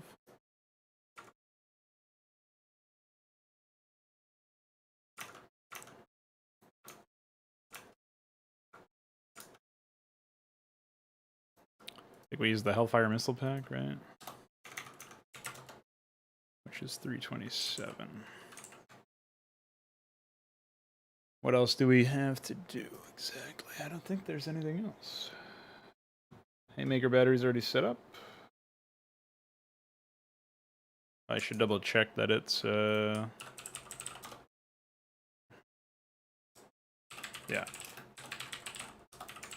It looks fine to me.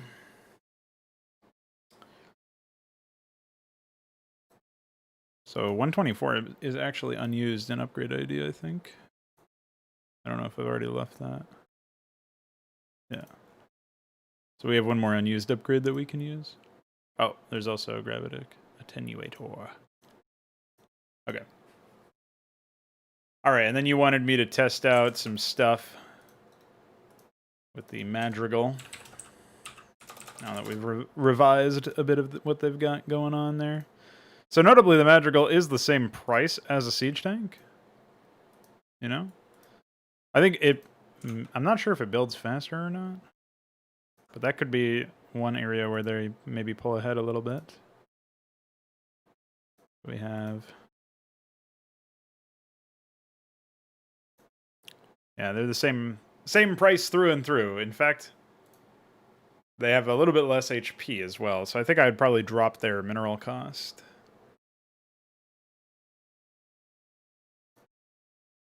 It's 125.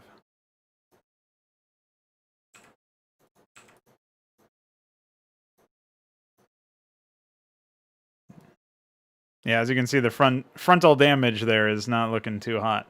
But when you... Oh. I forgot to reset my map. SMH. Multiplayer. Oh, no. We need resources. Wait.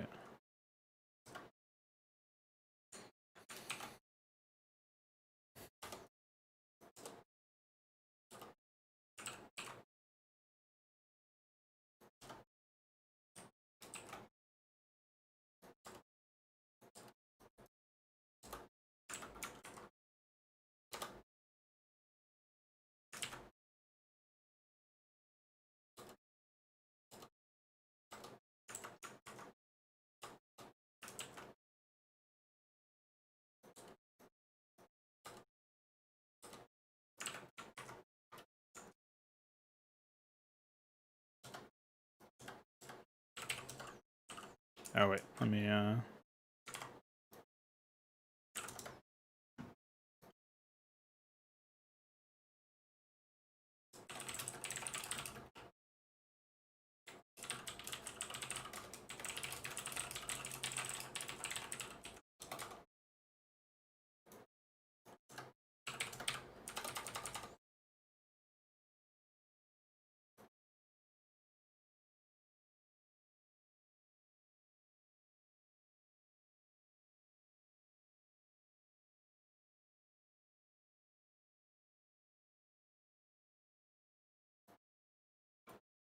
Oh, we should lower the vert pause of the... There.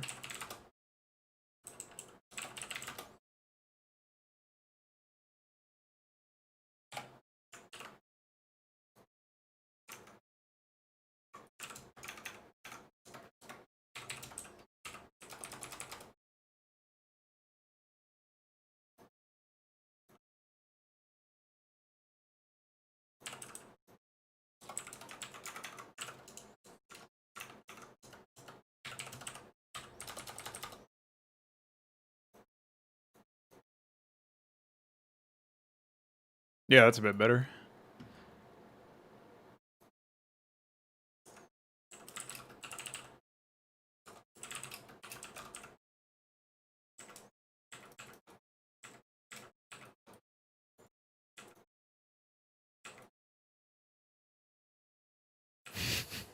Yeah. They kind of suffer a little bit in number there, so it's a good thing I reduced their cost.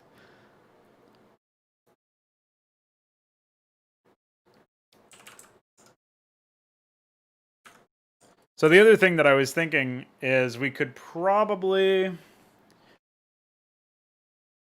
I think I could increase the weapon range of the slow attack. So that they... Oh, I already do. Okay. Yeah, that'll definitely assist.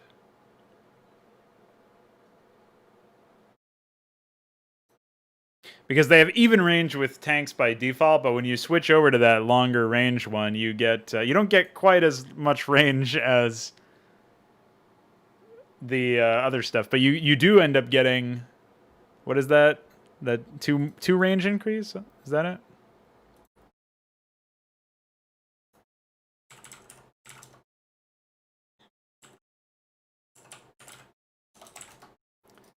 Yeah. So I guess we could go up one more. What's one more, huh? So we could do 320. So we'll say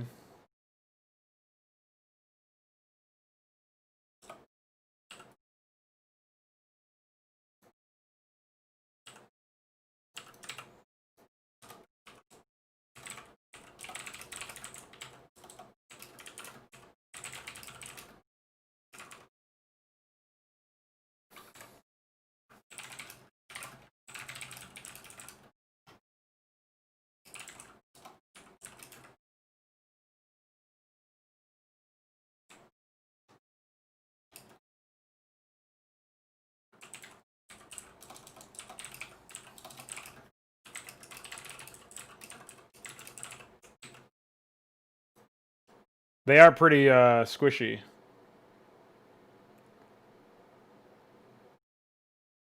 Oh, you didn't know that? Yeah, I mean, that's one of the reasons why if you A move with just a few infested Terrans, they don't actually A move correctly, like the way the normal units do. They just die on the ground. So.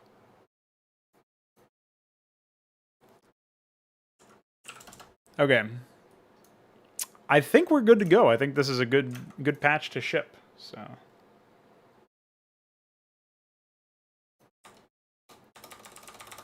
So you guys tell me if you think I missed anything. This is what we have right now. So the change log for the 17th of August 2020 is that Southpaw now has a more accurate acquisition range, which is just something I fixed without talking about it. But benefits from knockout drivers by default, cost 75 minerals from 100. Weapon 1 for the Madrigal now deals 15 damage from 14. Weapon 2 now has 10 range from 9. Now the unit costs 125 minerals from 100. Factory costs 200 minerals, 50 gas. Starboard costs 100 minerals, 150 gas, and 50 seconds.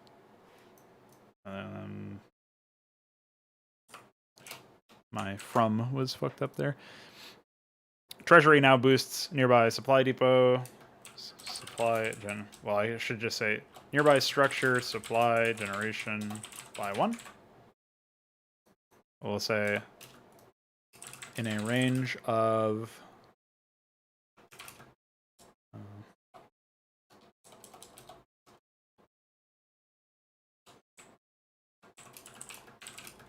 we'll say, I have to reword this a bit. All structures within 10 range. All production add-ons now cost 20 seconds from 25. There's a whole host of changes for the add-ons themselves in terms of what they cost, then the new upgrades. Oh, okay.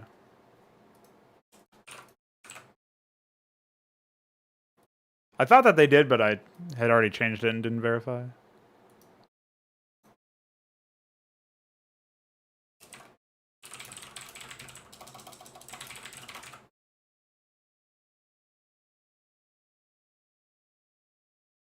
It was always 200 minerals. You mean more mineral intensive than the starport? Well, it's just a little bit like the barracks is kind of a even split there. I mean, it doesn't cost any gas, so I guess not really. But the idea is that the factory is like, we need more minerals than the barracks. And the starport's like, we need more gas than anything else. So...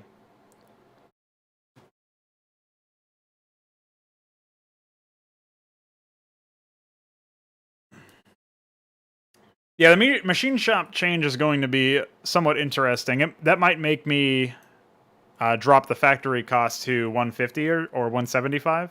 Actually, I should do that, now that I think about it. We'll just do 175. Because that's part of the whole point, is like making the base structure, the factory itself, more easy to access, but making the add-ons more about like an investment, right? So we'll probably also have to buff the health on a lot of add-ons, so that this isn't... well, I don't know. At least the machine shop's 750, so...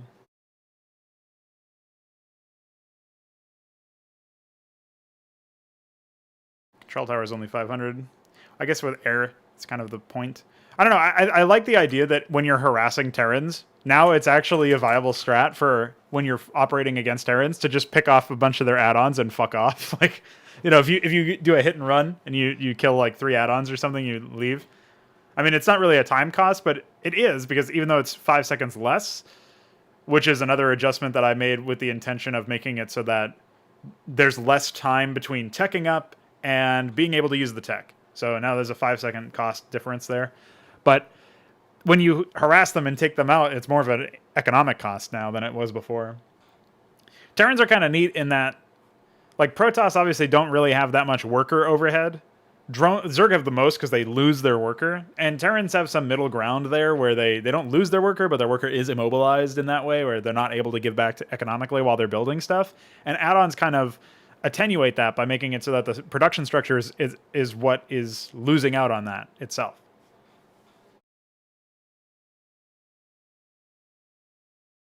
I don't think so. I mean, not from the latest live patch. I think maybe I made it... I don't know if I made engineering base cost more time. I think they probably didn't cost 42.5 seconds, so...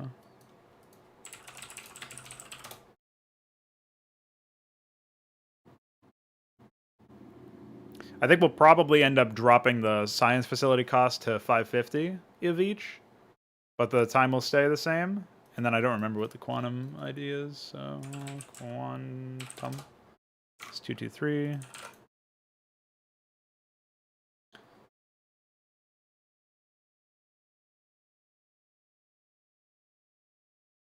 Yeah, I think... So here's what we'll do here.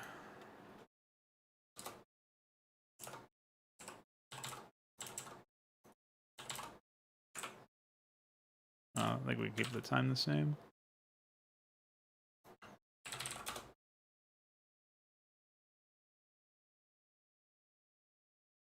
The increase from 75 to 90 is only 15 seconds.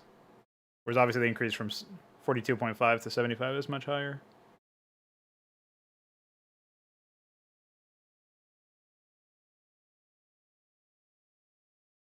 What's up, Ultralisk?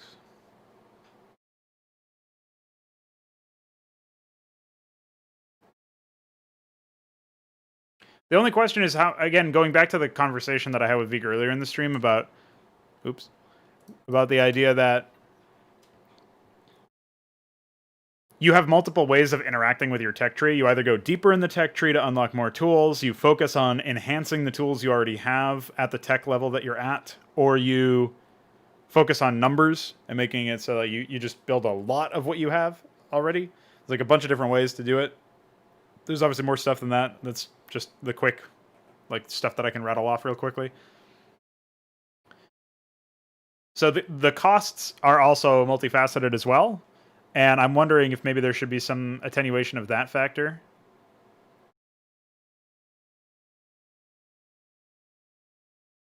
Yeah, I mean, that's... The Quantum Institute unlocks some pretty impactful upgrades, like Forecastle and Hammerfall shells. It will eventually be unlocking a lot more, including some end-tier upgrades that are specifically at the Quantum Institute itself. And it will unlock a new unit that's going to be pretty intense. So, like, I think some of the Savant upgrades are probably going to be Quantum Institute. I might even make it so that the Science Vessel upgrade is cheaper, the one that lets them nuke, but is requiring that. I think that could be interesting. But might end up being too niche anyway. It's already not really something that you see too often, but I think that's because of its upfront cost. Whereas if you end up getting up to that tech level, you're probably going to have science vessels anyway, or the ability to make them. But that is, I mean, that's part of the whole, like, pardon our appearance during Reconstruction kind of thing. You know what I mean? Like, the whole thing is that the core issue here anyway is that we're not done with the whole system. And even when we are done, when we've added everything we're going to add for Hydra, it's still, like, again, half of the changes that I want to make, half of what I actually want to do. Like, my goal was to have something like 20, 30 units per race, and having each, like combining tier 4 and tier 5. We're not even going to go into tier 5, but like 10 of those were probably going to be in the last 2 tiers, like 10 per race, or at least like 8 per race. We're going to be in the last 2 tiers. And then that's to say nothing of all of the upgrades and all of the things that you can do to, like, really modify how your army actually works in some way, shape, or form. So I'm really working uphill, basically, is what I'm saying. Is there's a lot of work that goes into trying to make this system, bring it to life in a tech demo environment within Brood War itself. I hope I can convince people that I haven't lost my fucking mind anyway. I know it's not going to be a very popular thing until maybe it will never be popular in that sense among the Frauds Club community, that this new approach is so radically different than what we had before. And I don't know, I would like I like the skepticism, but I would like the feedback to come at a more fact-based angle, I guess. Too many people, I feel like, just write it off based on it's different than what I'm used to. Like when Fagudo was like, what? You have to pay money for tech? So stuff like that is not very useful because, like, yes, it's an observation that what we have right now is very different than what we did have. But if that's your only criticism, then it's not very, very helpful. I need more information. So anyway, there's definitely going to be a significant amount of changes that we still have to get in there. But I think this patch will smooth out a lot of the problems, and with any luck, we'll be sitting pretty at the end of it.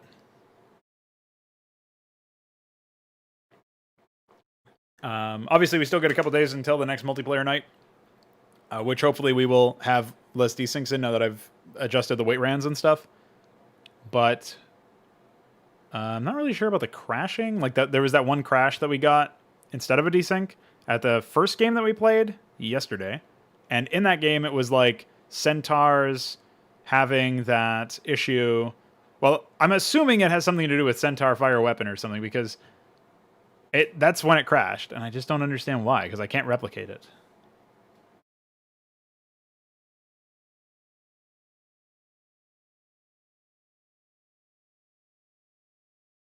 Oh, yeah, well, I'm in total agreement that it needs adjustments.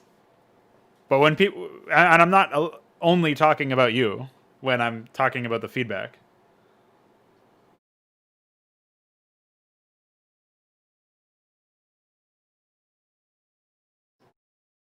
I mean, this whole thing has been an experiment from day one anyway, so there's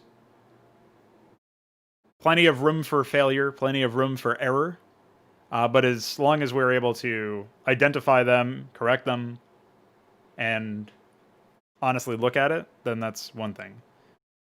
Just that there's not been any time for anybody to honestly look at it. No matter how much testing you do against AI, no matter how much testing you do in a test map. And I mean, admittedly, you're the one with the most feedback, positive or negative, Veek, because you're the one who's presumably been playtesting the most. But I also think that one of the reasons why I haven't been getting a lot of feedback from other people, even though they have been playing, like I know a number of people have been playing like PvAI and stuff, that they know it's too soon to tell. Like they need more time to figure it out. They know that there's still like it's a work in progress. I'm making updates all the fucking time. I'm about to ship an update that's of medium size in terms of what it actually modifies.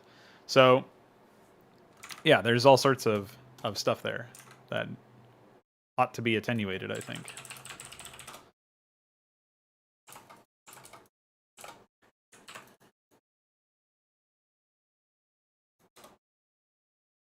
So this is a 20-second. Should we make engineering bay 50? I don't think so.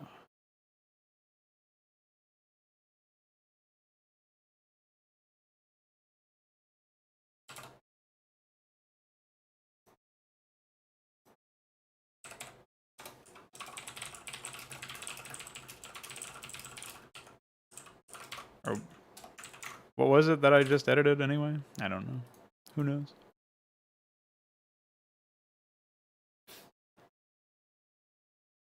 I think it was 42, but it might have been 43.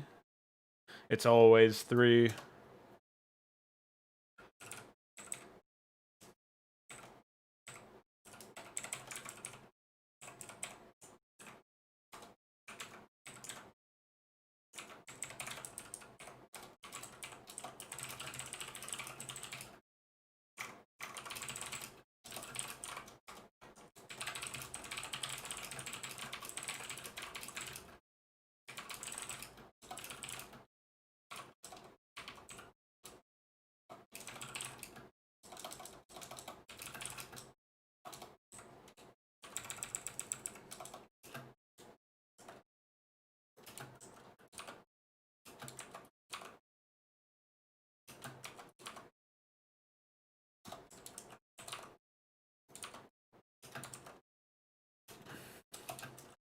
Oh, formatting.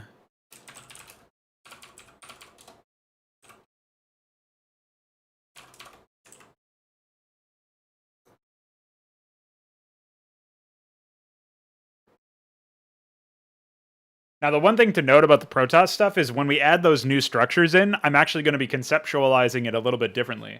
So the Grand Library right now is acting as if it were the Sanctum of Sorrow, which is the tier 4. I think it's the tier 4 one. I haven't looked at it in a while. Yeah. So the Sanctum of Sorrow is actually supposed to be the pricey tier 4 thing. But Grand Library is supposed to be like, here's your tier 3.5 gateway. And then there's, like that's what unlocks Archons. And then there's the structure from the Architect's Hall that is going to unlock tier 3.5 Robo. And Fleet Beacon and Arbiter Tribunal are like tier 3 and 3.5, whereas there's going to be a tier 2.5 structure that's between Stargate and Fleet Beacon. So like when we add in those structures for Protoss, I think they will feel a little bit better, and I'll also be dropping the individual costs of those structures to like 400 of each, or 400, 300, or something a bit more varied and a bit less similar to the, like basically it won't be a copy of the Quantum Institute, more or less. And the requirements will also be interspersed a little bit more reasonably. So that will reinforce the main thematic that Protoss has, where they're just dropping structures for the sake of upgrading or unlocking specific things.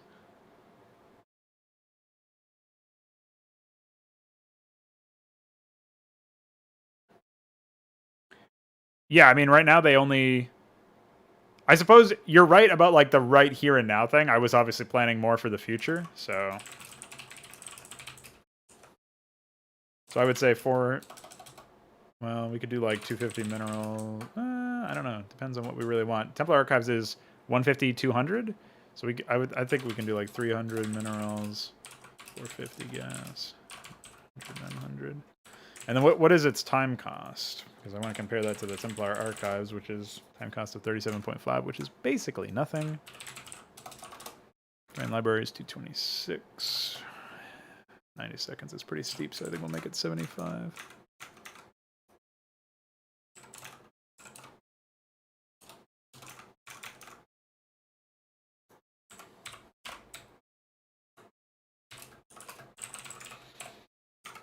Okay, so I think we'll do that for now.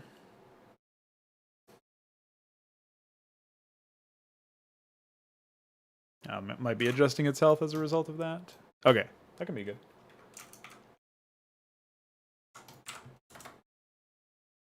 So yeah, there will be a bit more going on here eventually.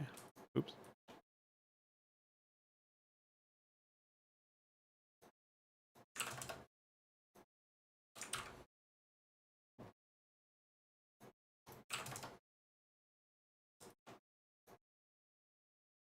Oh, wait.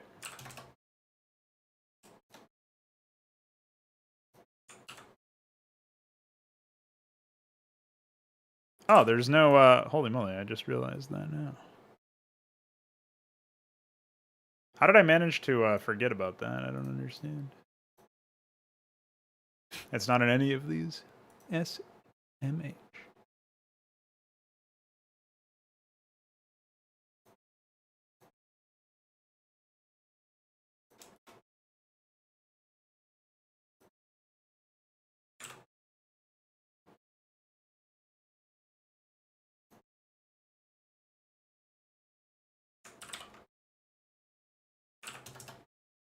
There we go.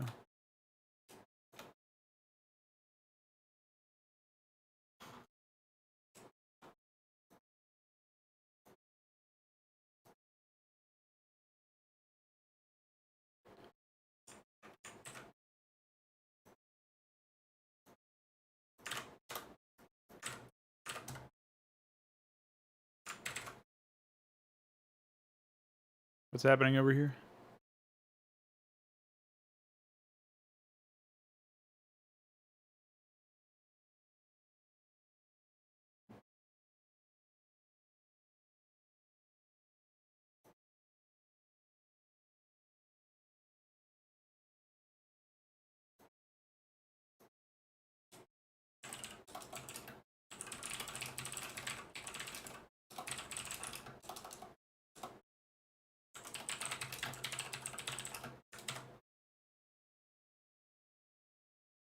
Looks like I'm gonna have to recompile the plugin.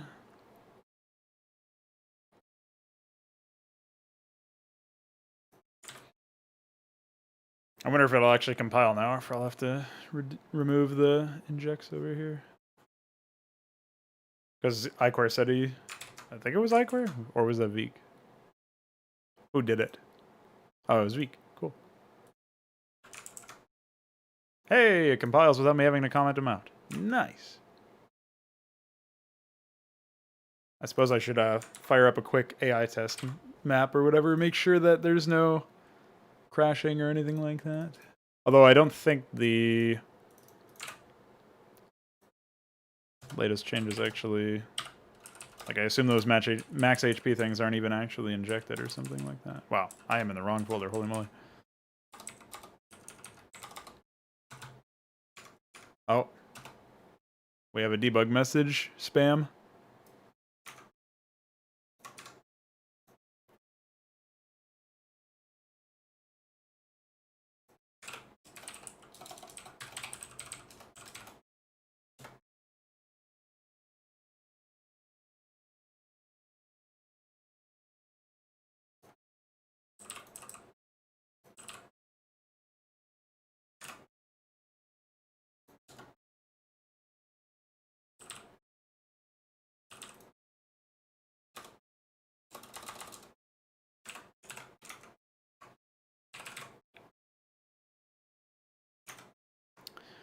It's a good thing I tested. Otherwise I would have embarrassed myself.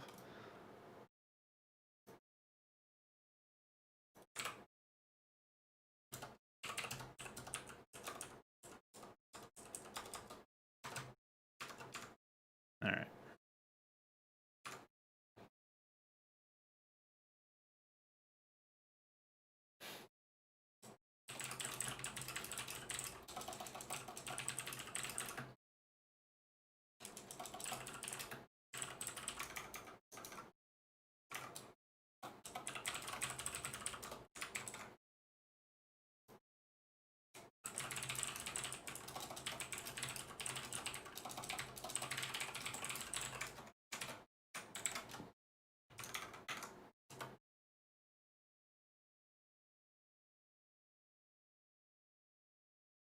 Yeah, so far things are about as dumb as they always were.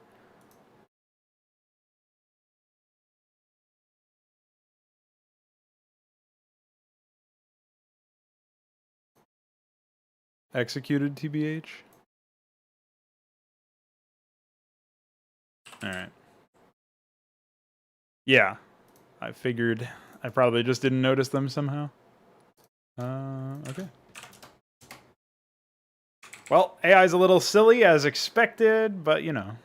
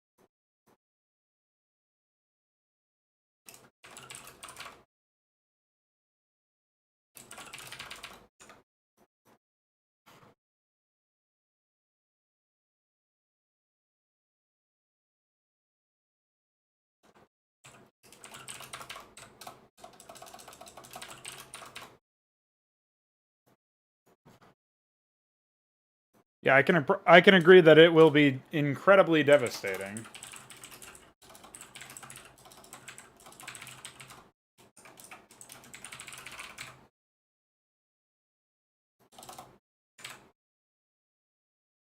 Well, what did it require before? It should have only required, wait, hold on, let me see. I may have overlooked that because Vorpal Pond was always supposed to... Yeah, there's no requirement for it. You can get it without anything else. So it was always tier 1.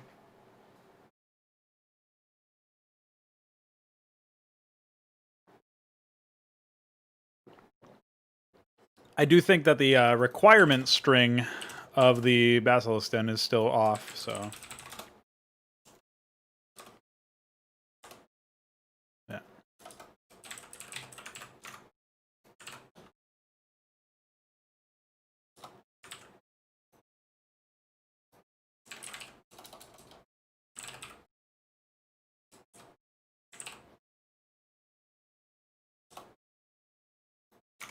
I'm pretty sure I already have a Gorgoleth Apiary string somewhere, so hold on.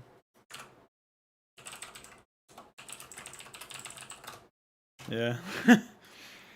So I just have a couple blank strings, you know, classic. All right. Well, I'll fix that on the developer commit anyway, but I already shipped that, so...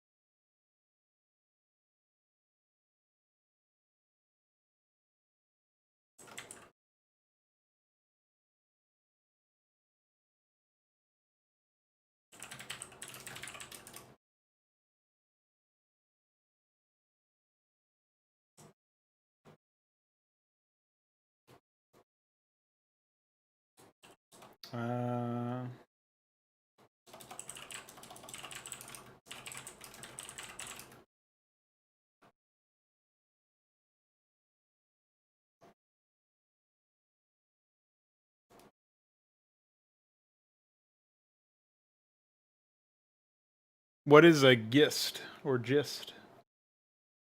What's the gist of that?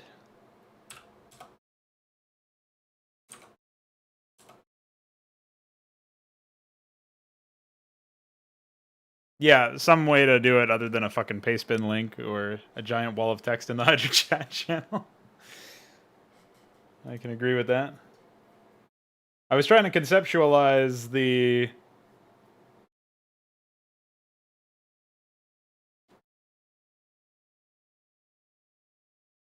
captivating claws upgrade for Vorvalings.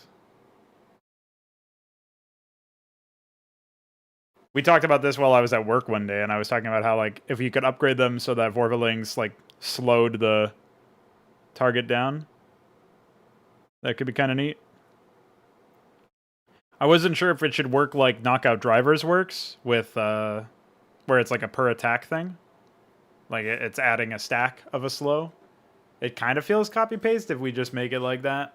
But the use case is different because it's not a ranged unit. And it's actually more swarmy than the Southpaw.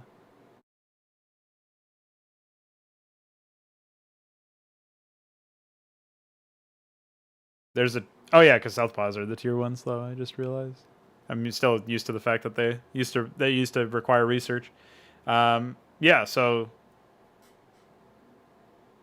Hierophants are a little bit different because they're going to require a dedication eventually when we have that system in, and that dedication will probably require a cybernetics core offshoot. So it'll be a bit more like, I'm not sure, at that point you might classify that as a tier 2 thing, because the cybernetics core will be a branch of the gateway branch. Like it'll be like a gateway, and then gateway at the top, and then a descending double arrow, Forge, Cybercore, Templar Archives, Grand Library, and then Forge, Citadel of Adun, Templar Archives, Grand Library, and then Cybercore, Hierophant Tech Structure, and probably something else. So I'm not sure exactly how that will work. Well, the dedications don't cost money, so...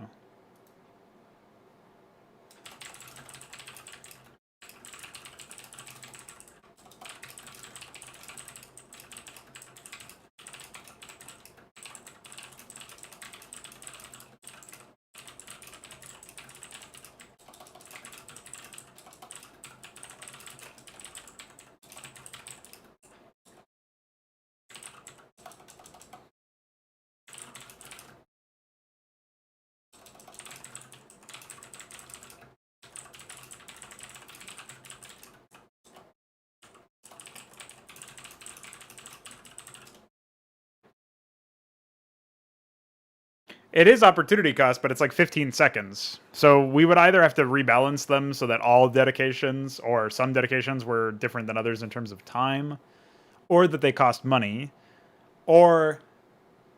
Yeah, I don't know, something like that. Yeah, well, that same applies to the Legionnaire, which is unlocked by the Forge. So I guess the problem is that the Cybernetics Core's offshoot, while the Cybernetics Core unlocks the Dragoon, but the offshoot would unlock the Vicarage. And the offshoot might be more expensive than the Forge is. And thus... Well, I mean, again, you got to remember as well that Hierophants themselves will be reduced in cost when this change goes in. Like, right now they cost 75 gas or something. Let me see what they actually cost. But they cost a lot of gas for what they actually do. Even if it's only 25 more than the Dragoon, it's pretty intense. Oh, wait, I'm thinking of Tassadar Zeratul. Where is he? Yeah. So same mineral cost, but higher gas cost. And I think... Yeah, higher build times as well. So they're priced as if they were direct upgrades, which is, I think, one of the errors of them. It's just that they have a fair bit of utility, so that they need to be that pricey right now because of how easily accessible they are. So I think once we update how accessible they are in the tech tree, we can also update how powerful they are as a unit, or how costly they are as a unit, or both. Like, we might make it so that this unit is like attacks with more direct damage. Like, it has a I don't even know what its weapon damage actually is off the top of my head. That's 12 damage right now. We might up that to like 15, which would be a pretty considerable increase. And then their cost can remain the same, and their accessibility pushed further back. Now they feel like a tier 2 unit instead of a tier 1.5 or whatever.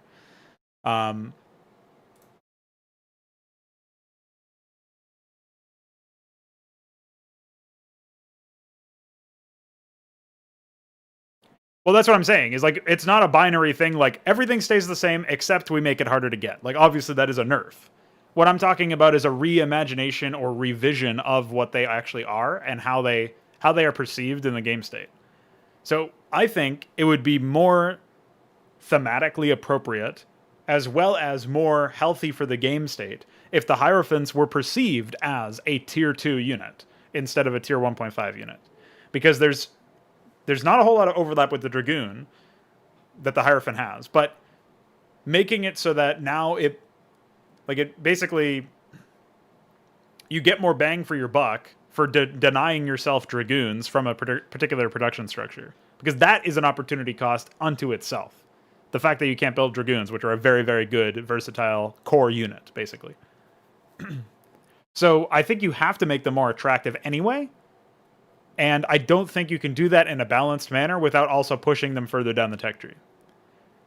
So I think it's a healthier result if they are more, like you're saying, more impactful as a unit, but further in the tech tree, so that now when you're making the decision to go into Hierophant tech by denying yourself Dragoon tech from that particular structure, Dragoon production from that structure, it feels like there's something going on there. It feels like more of a direct decision instead of it being like more wishy-washy as to whether or not you should. You know what I mean?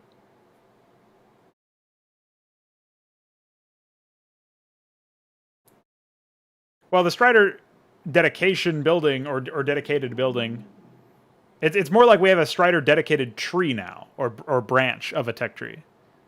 So we have the Cyber Core, and then we have the Hierophant, and then there's going to be another Strider we add at some point that's going to be like, I mean, if you consider the Sumerian Strider, the Terminus, like, that's going to have their own tech structure in theory. So the idea is that at every step of the way here, we're building it into the thematic of like every class of unit has their own branch of tech.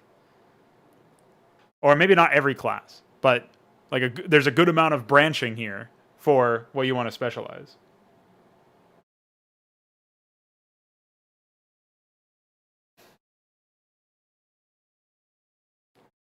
Well, the problem is that I don't know how to balance out what you can and can't build from a gateway.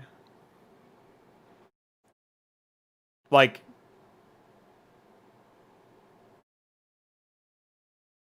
wait, what do you mean? Or maybe I'm misunderstanding what you're saying. Are you suggesting that you should be able to dedicate Dragoon and Hierophant and build the two from the same structure? Or are you saying something else? Because I'm not really sure what you mean by dedication for cybernetics out of 2. You're talking about adding a dedication for the tech instead of the production. Or in addition to the production? I'm not sure what you mean.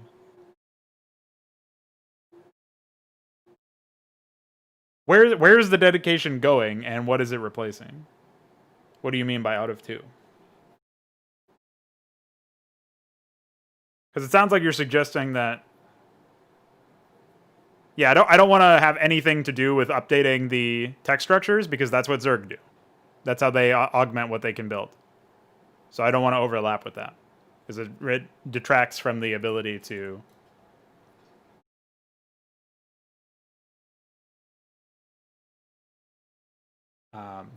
have a core defined thematic. It would be like if you suggested, like, to me that's similar to suggesting, why not just make it so that the Protoss build add-ons? It's kind of the same thing. It's just that it's probably more difficult to envision because we have this dedication thing that's very different. But that's part of the benefit. in that sense.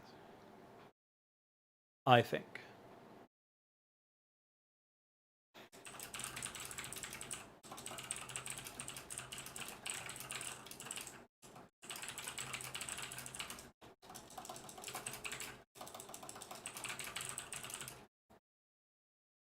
Nobody said it would be easy to come up with unique and still impactful and enjoyable tech tree changes, but I think it's worth looking after.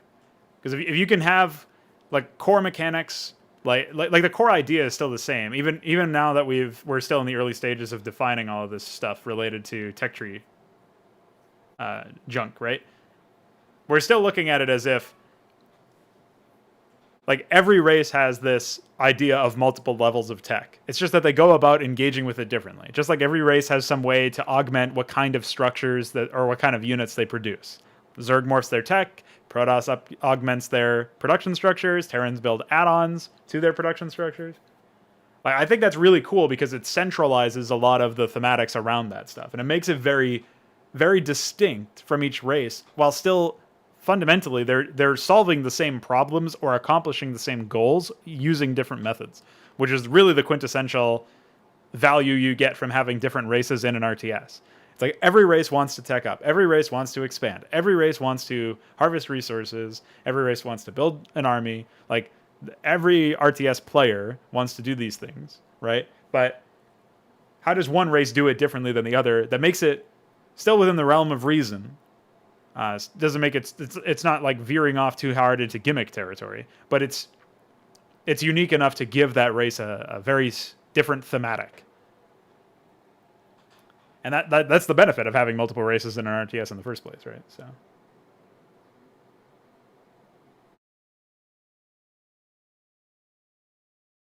yeah, it's going to be very difficult to see the thought process that informs the changes, and some of it will probably end up feeling arbitrary. But we're not there yet is the thing. Like it's going to get better. It's going to get a lot better. It's going to get a lot more sensible. Especially the Protoss stuff. We're going to have that feel a lot better as we further explore that sort of thing.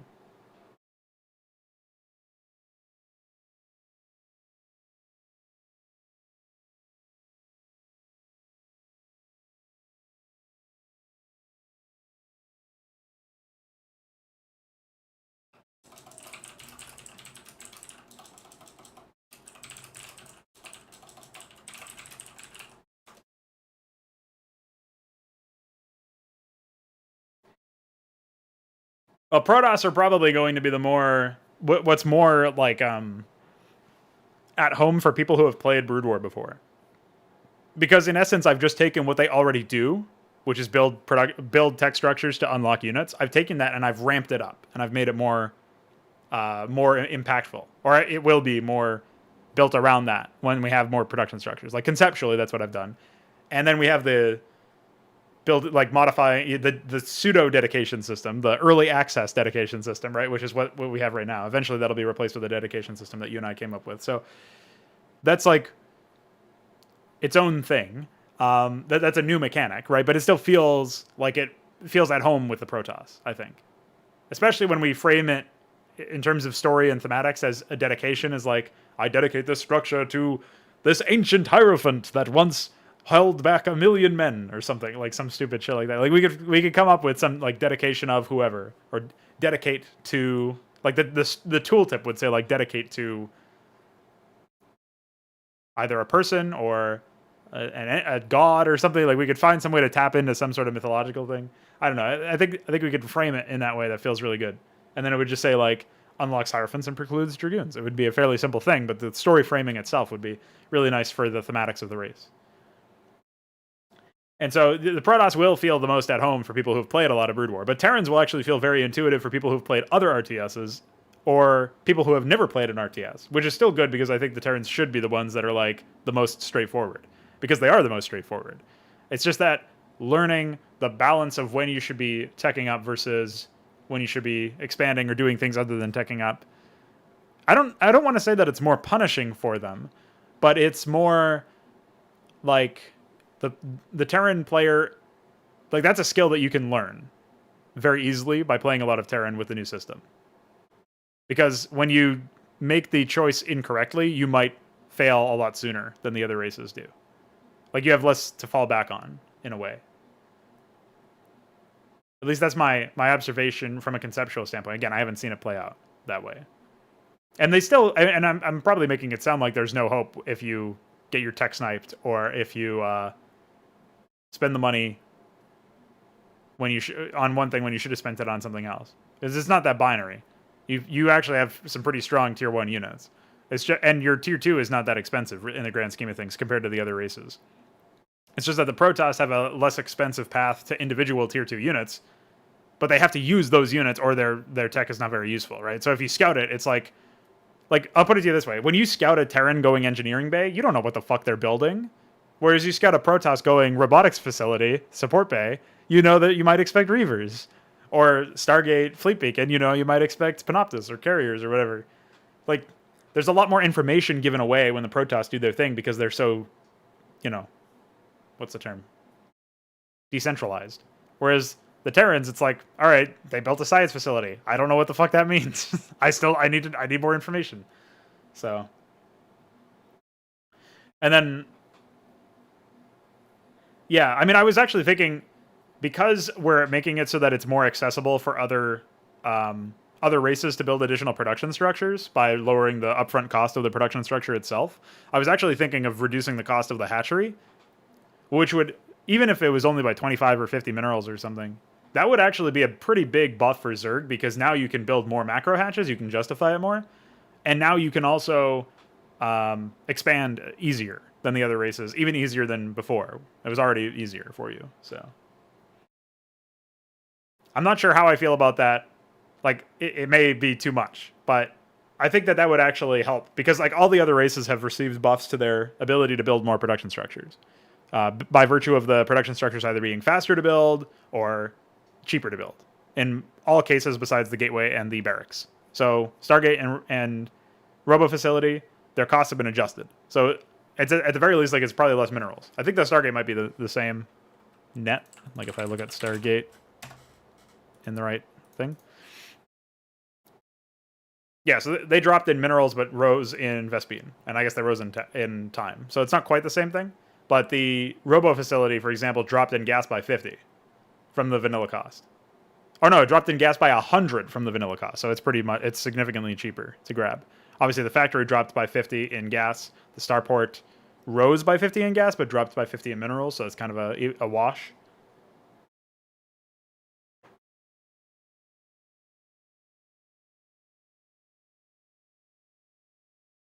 Yeah, I mean, the thing is, like, the Terran tech is going to be a little bit different because,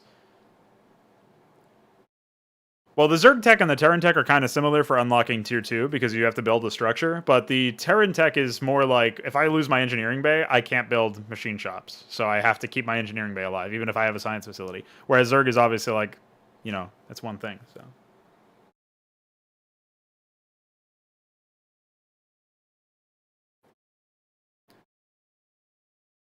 I think with the hatchery change to reduce its mineral cost or something to that effect, you would end up with better.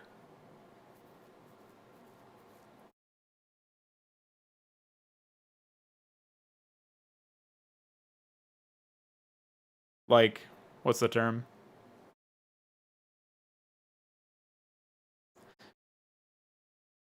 I don't know. There's more of a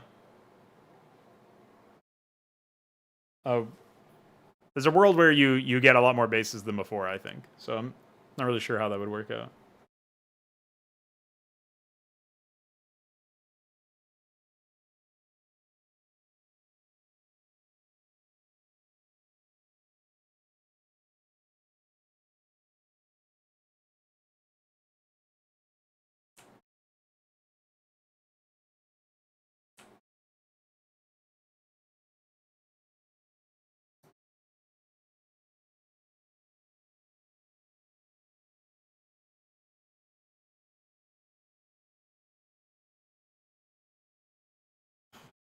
Nice. We have a shaman field, a nanite field read.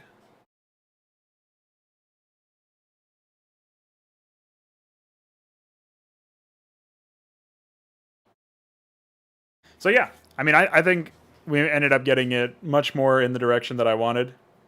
I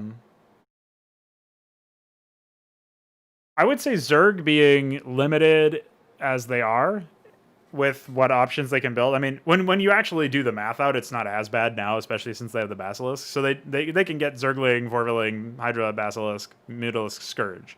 That's 6 combat units.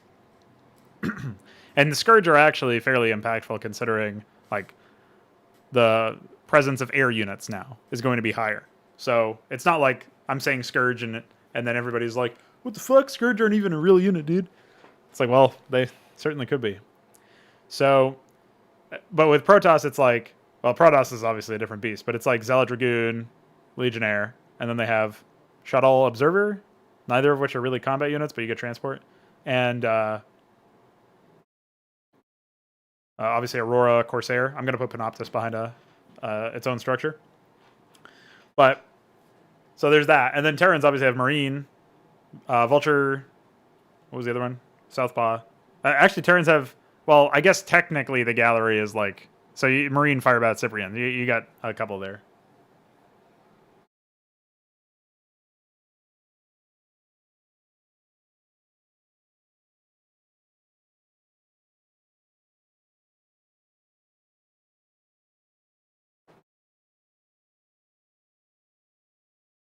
Well, so the fleet beacon will eventually be moved back to its original position in terms of its cost and stuff. It'll be like a tier 2 or I guess tier 3. I don't know what it will really be considered. But basically, there will be a structure that unlocks Panoptises and gets upgrades for air units, and the fleet beacon will be dedicated to carrier unlock, basically. Yeah, it's basically what you're saying, but I'm keeping the fleet beacon for carriers just because of the name and the association that people already have with it, and then have a dedicated structure for Panoptis that also does the air upgrades. So it's basically the same thing that what you're talking about. I agree. That's as we get more stuff taken care of. So I'm really excited to see where the Protoss go after all this. And as far as the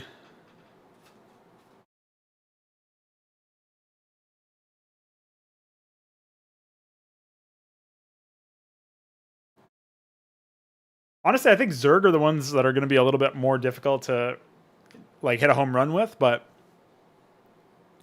when we considering the idea that okay, see this is the thing that I think I kept trying. I was on the cusp of saying several times when talking about this up until this point, but I don't think I actually articulated it fully. So I want it to be a reality or like a viable strategy to remain on tier 1 for a long time, especially since we're targeting team games. I want there to be a playstyle. Like, I'm not saying it should happen every single game, or that you must have one player remain on tier 1 in your team, or else you will die. But I want that to be a thing where you can remain on tier 1 for like 20 minutes, and you can legitimately maybe not 20 minutes, it's a long time, but you could legitimately do stuff in the early game. Like the first 10, 15 minutes, you could remain on tier 1, and before you even think about teching up. So that's what I'm thinking about there is like when we drop the hatchery cost to like 275 or 250 minerals, suddenly Zerg can build a lot of bases, get a lot of resources in the early game, swarm a lot of tier 1 units if they want to, or they can tech up. Like we're unlocking the ability for them to do that. Because it is a little bit more challenging for them to tech up since they rely on one structure and then they tech up. And then they rely on another structure and then they tech up. So it's a little bit different. And especially with the structures being as vulnerable as they are right now and taking as much time as they currently do, I think you could make an argument that that balance could remain the same if the Zerg were able to expand more than they currently are.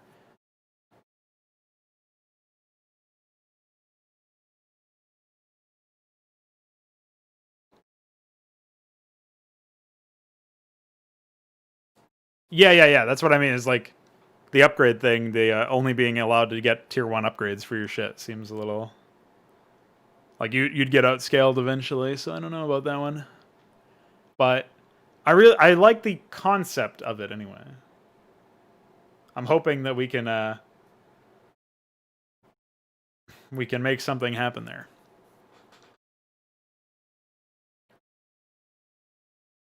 Because I would love to see games where like maybe somebody rushes to tier 2 in the first like 5 minutes or something like that. Like you could do that as any of these races, especially Terran. Like maybe that ends up being a thing in team games where somebody actually does try to rush to battlecruiser like Dawn, and like their allies cover them with tier 1 stuff.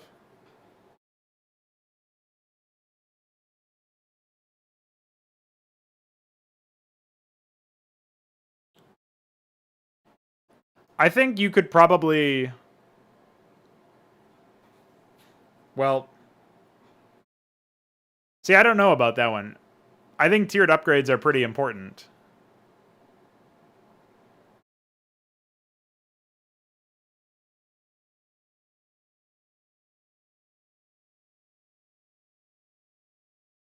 There's a lot of breakpoints where tiered upgrades basically become like, well, I'll put it to you this way. Like, if we didn't have tiered upgrades for weapon and armor, we would have to have a lot more dedicated, this gives you more armor upgrades, and this gives you more damage upgrades.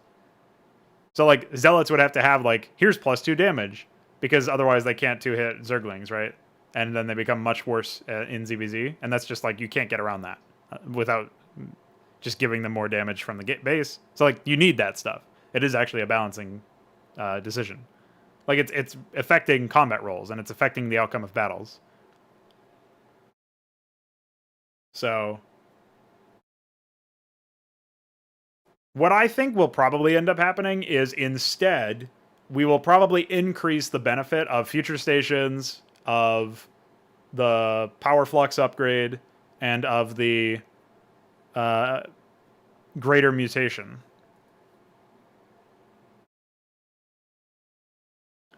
So just by a little bit. So, well, catching up to other branches is harder, but that's where, like, I think scouting comes in, like knowing what your opponent is actually going, because then you can say, do I need to start pivoting now, or can I actually handle his stuff? Can I buy myself enough time with the current stuff? I mean, every one of us floats 1 million resources, so I don't think that would be a huge concern personally.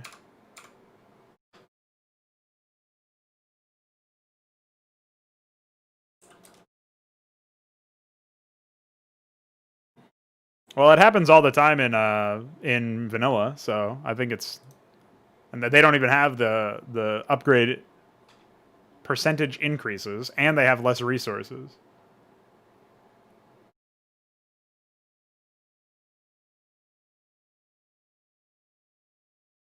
Like vanilla has less resources, less ways to get more resources with like Iroleths, eventually quarries and penance. Like there's tons of stuff that you don't have access to in vanilla that you do have access to in Hydra that makes it so that you can get more money.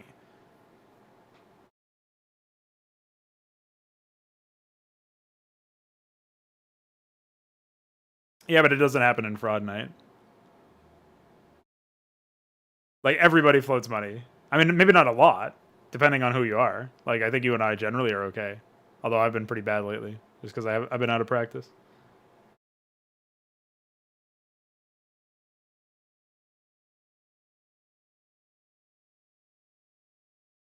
But yeah, like because we're floating money, it's basically like you can't say it's not optimal because we have the money for it. We're just not using it. So like our APM isn't optimal. Maybe our action economy is not optimal. I can agree with that, but I actually think that the changes that I've made as far as the whole branching thing is concerned actually makes it more attractive to go for multiple branches. It also makes it possible to stick with the same branch because we're going to be adding units and stuff like that. So like the branches are longer or more pronounced in some ways. Terran's actually a little bit weird in that respect because they don't have that many units per branch. Like I guess because you can count the salvo yard and the machine shop as the same thing. So they have 6 mech units. And for air units, in terms of combat units, so omitting dropship, they have like the Wraith, the Azazel's a support unit, Science Vessel's a support aggro unit, right? But they have those. And then they have Valkyrie, Wyvern, Centaur, Battlecruiser. So that's 7. And again, you can omit the casters to make it 5 if you want. And then obviously for the ground, the bio, they've got Marine, Medic Shaman, Ghost, eventually Savant, eventually Autocrat. But even if you take out those eventuallys, you've got Marine, Medic, Firebat, Cyprian, Ghost, Shaman. So you got 6 units there out of that. So they have a decent repertoire. But actually, Terrans specifically are probably encouraged to mix and match the most out of the different branches, which is another reason why it's good that they get access to tier 2 of all branches simultaneously when they get up to tier 2. Like, that's pretty much by design. Is because Terrans specifically are probably the ones that rely on each other's branches the most. Like, the openers can be just one branch, but at some point you're going to need to mix and match. And I think that's just because of the fact that they have less units per branch. Maybe that will change in the future when we add more units. Maybe we'll just make a 4th branch for them so that there'll be like some other thing instead of just being 3. Like in a perfect world, there would probably be like 5 or 6 branches per race. Again, like I would want like 50 something units per race or something. So it's definitely out there, but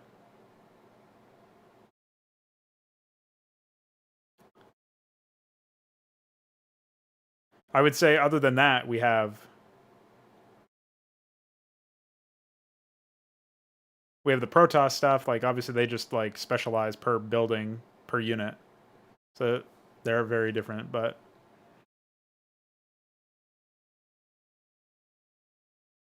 I don't know. I kind of like the idea that the Zerg also have to build multiple tech structures in order to get full advantage of all of their stuff.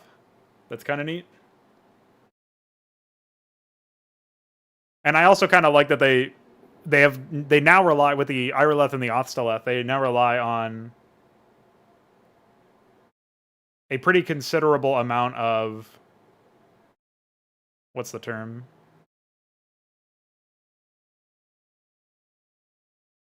What's up, Balefall?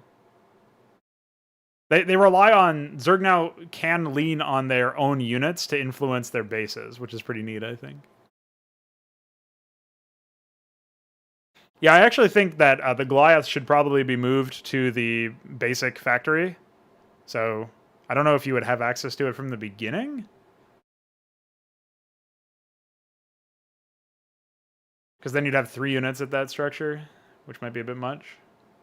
Maybe it could require an armory, similar to how there's I don't think there are any add-ons that require that requires the engineering bay. Yeah, I don't know. That's not very consistent, but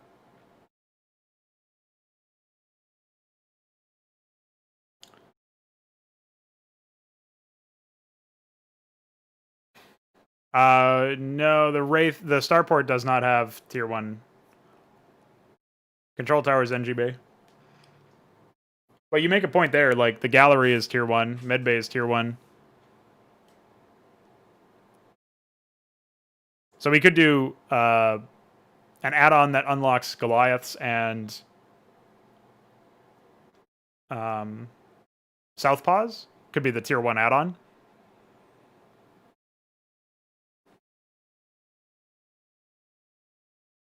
And then we could add another unit to the machine shop. Some sort of unit that synergizes with the tank. Or has a similar thematic to the tank. And I guess we could add a tier 1 unit, or tier 1 add-on for air, for starports, that unlocks, like, Wyverns and Valkyries or something.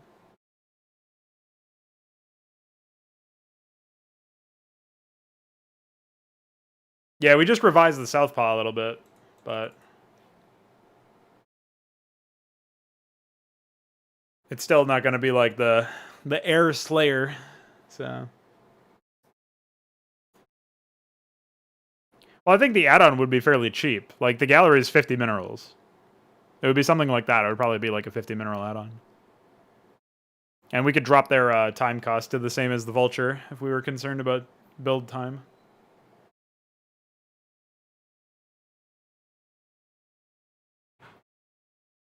I think the control tower unlocking only the Azazel is kind of rough, though. So maybe dropship could be moved back to the control tower. Then you don't get tier 1 transport. So maybe the Wyvern and the Azazel are on the control tower, and then you get Valkyrie dropship on the new tier 1 add-on. I think that actually can make sense, even though the Valkyrie is not super useful outside of era situations, because you would want the add-on for dropships, so you could use it as a tier 1. Like, I don't need to go into a control tower for anything, because I kind of like that, actually. I think that could work.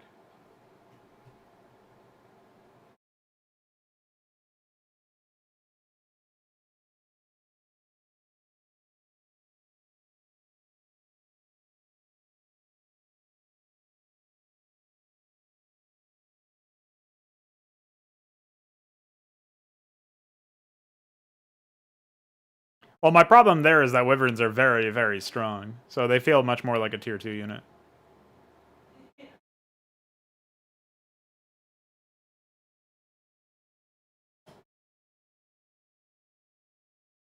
Especially since I'm planning on improving their handling, since it's pretty shit right now. So I don't know. I'm not so sure about that one.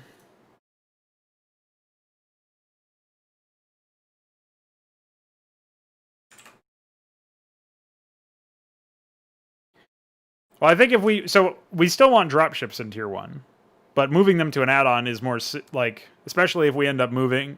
Okay, so here's my main thing is we've got 2 units per factory and starport on tier 1 with no add-on, and then we only have the Marine on tier 1 for barracks. And I don't want to add another low tier unit, and I don't want to move the Firebat to the Cyprian or Cyprian to just the barracks for balance reasons.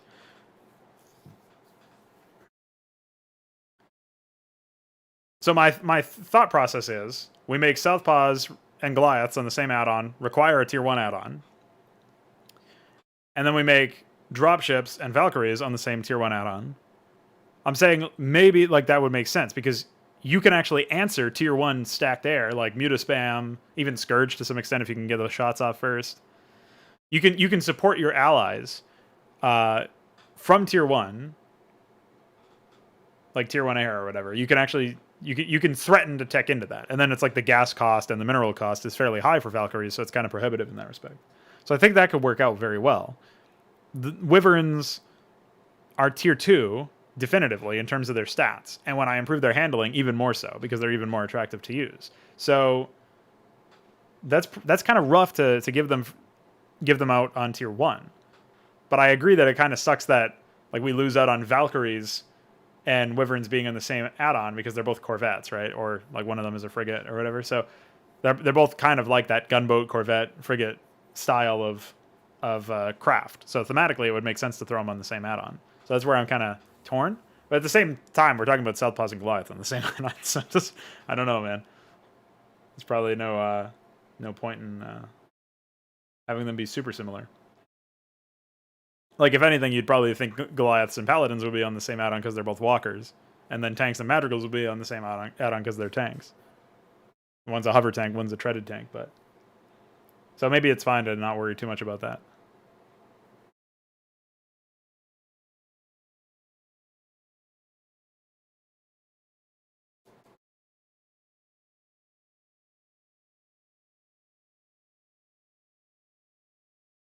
But I really want to hammer home the idea that, like, I don't want there to be a unit that requires anything other than an add-on to be built. Like, I want the add-on to be an extension of the structure. When you have this, you have the unit. So I don't want it to be like, oh, I've built this add-on, but I need a science facility to build this unit. You know what I mean? Like, that's why the physics lab is the requirement for the science vessel, because the physics lab requires a science facility. So it doesn't cost that much. So I don't think that the question is a fair question, really. Why do I think tier 2 should cost as little as it does? I think if you make it cost more than it currently is, it's prescribing the behavior that I was talking about earlier where people remain at tier 1 for too long, whereas right now it's definitely within reach for all players and all races.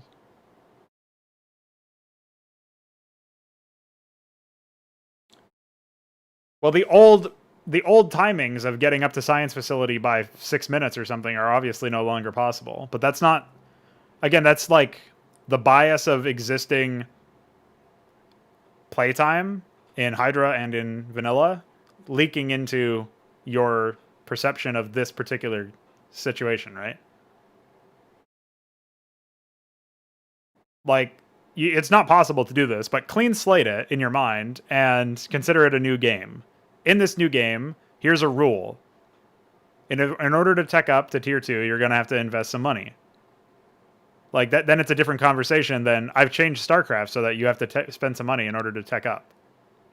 Because there's fundamental differences with how that is. But I'm trying to make Hydra its own game as opposed to a mod for Starcraft. So that's part of the process. Unfortunately, it's just the way that it is that people are going to naturally be inclined to providing a very different conversation and they're thinking completely different thoughts, right?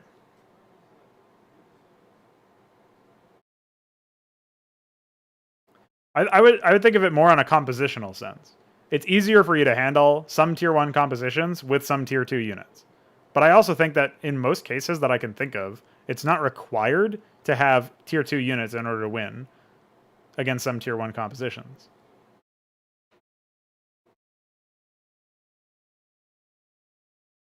Like, I would need some examples of what you're talking about. And then we would have to decide if it's actually a problem, because maybe in order to get critical mass of the tier 1 unit, in order to beat an army that has only other tier 1 units, maybe you have to spend as much, if not more money, than teching up and then getting some tier 2 units would actually cost you. So, again, I would need to see some real-world examples. I would need to see some testing. And then I would need to see, like, oh, that's actually what happened. And then we would need to decide if that was a problem in the first place. Like, does that happen? And under what circumstances does it happen? And does that make it more binary? Does that invalidate more choices than it creates? Does that reduce opportunity? Does that provide a net reduction in opportunity for players?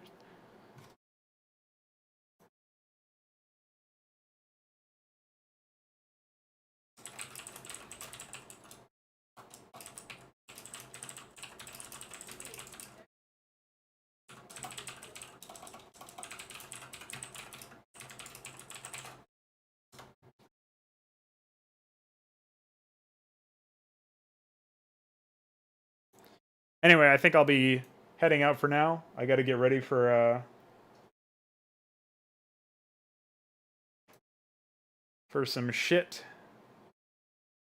How would I handle ranged dragoons without siege tanks? Well, you could certainly just go a heavy bio army, marine and medic destroy dragoons. You could go cloaked wraith with capacitors. Oh, you can't do capacitors because that's engineering bay. Well, even wraith. Oh wait, no, you can do capacitors without engineering bay because it's on the dry dock now. I'm pretty sure it doesn't require anything. Let me pop into the Firegraft real quick. Those destroy dragoons just because of their size. So you can do that. Got upgrades, capacitors. Current unit is dry dock. You can do it. Easy. So there's that.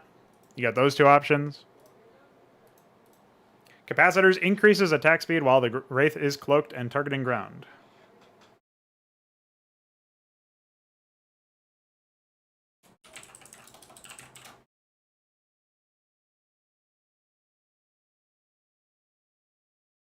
There's plenty of options, I think.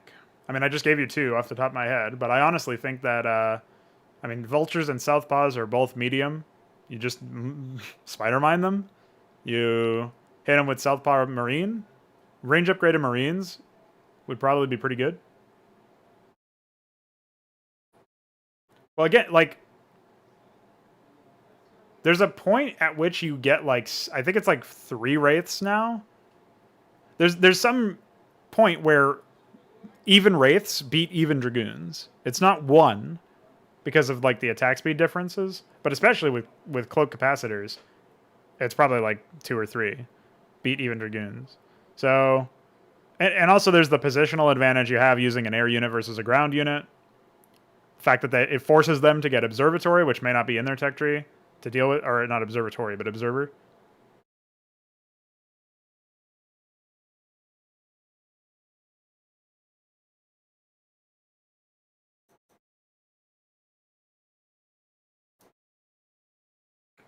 Yeah, I think there's a lot of options that you might. I mean, honestly, like it's totally understandable that you might not have considered some of these because before they were on like the control tower, for example. That was where you got cloak and capacitors. You might not have remembered. Oh yeah, it's on the dry dock now. I can actually do that. Like it took me a second to remember that. So again, this is where we just need more playtime, you know. So.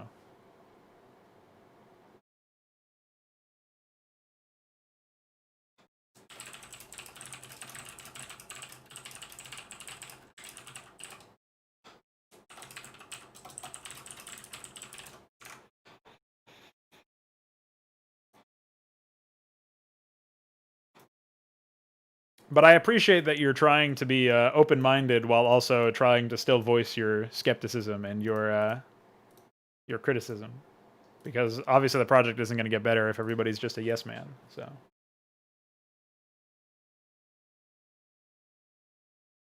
I hope I was able to at least better explain my point of view and my motivation and my vision when it comes to this particular stream. A lot of the time was dedicated to that, so hopefully I explained things a bit better.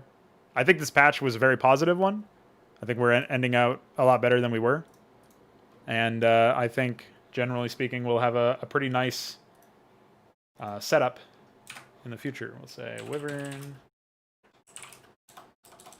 handling, now, probably turn rate.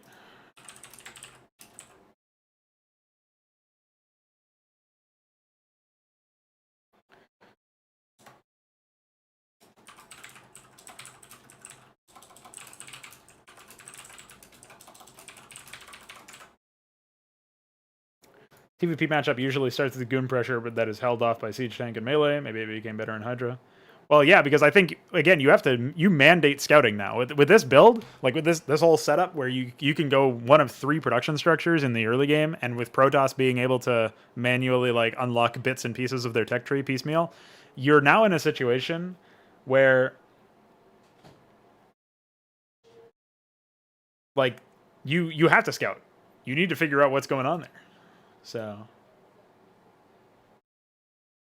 yeah.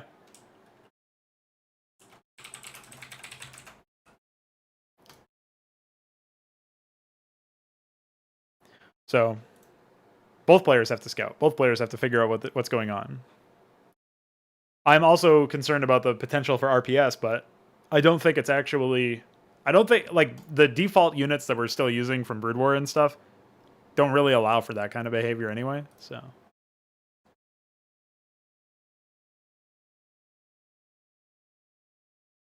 I think if everybody does it, it's not really expensive. It just becomes the new normal. And it's not very expensive when you compare the alternative. Oh yeah, it's expensive for me to take this worker off. Oh no, I'm getting destroyed by Mutalisks because I didn't scout. Well, gee, I wonder what was cheaper there, losing all my SCVs or scouting with an SCV. Like, it's kind of self-explanatory. So I think everybody will end up doing it because you don't know what's going to happen otherwise, and you don't know necessarily what to do. Now, thankfully, like again, I still think that all of the different branches should be able to have some way to continue the progression in them to respond, at least in the early tiers, to what you're dealing with. So like tier 1 should be able to respond to any other tier 1 option from any particular structure, which is why it's important for me that you can do Vulture Mine, Southpaw, Goliath, something like that from mech to handle Mass Goon. Just like you could do something from mech to handle air or something like that. Like, you should be able to handle the tier 1 options if you play well with your tier 1 option that you've decided. But you should still scout to figure out exactly how far in the tech tree of tier 1 to tier 1.5 do you need to go? How many upgrades do you need to get? Which ones do you need to get? Do you need to get any at all, or can you just focus on more production structures and spamming out more units in the early game? Like, what exactly is required of you when you do that?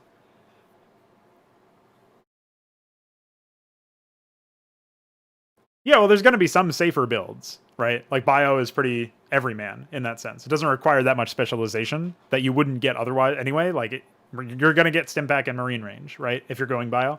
So you need that against air, you need that against ground, you need that against other Bio, you need that against mech.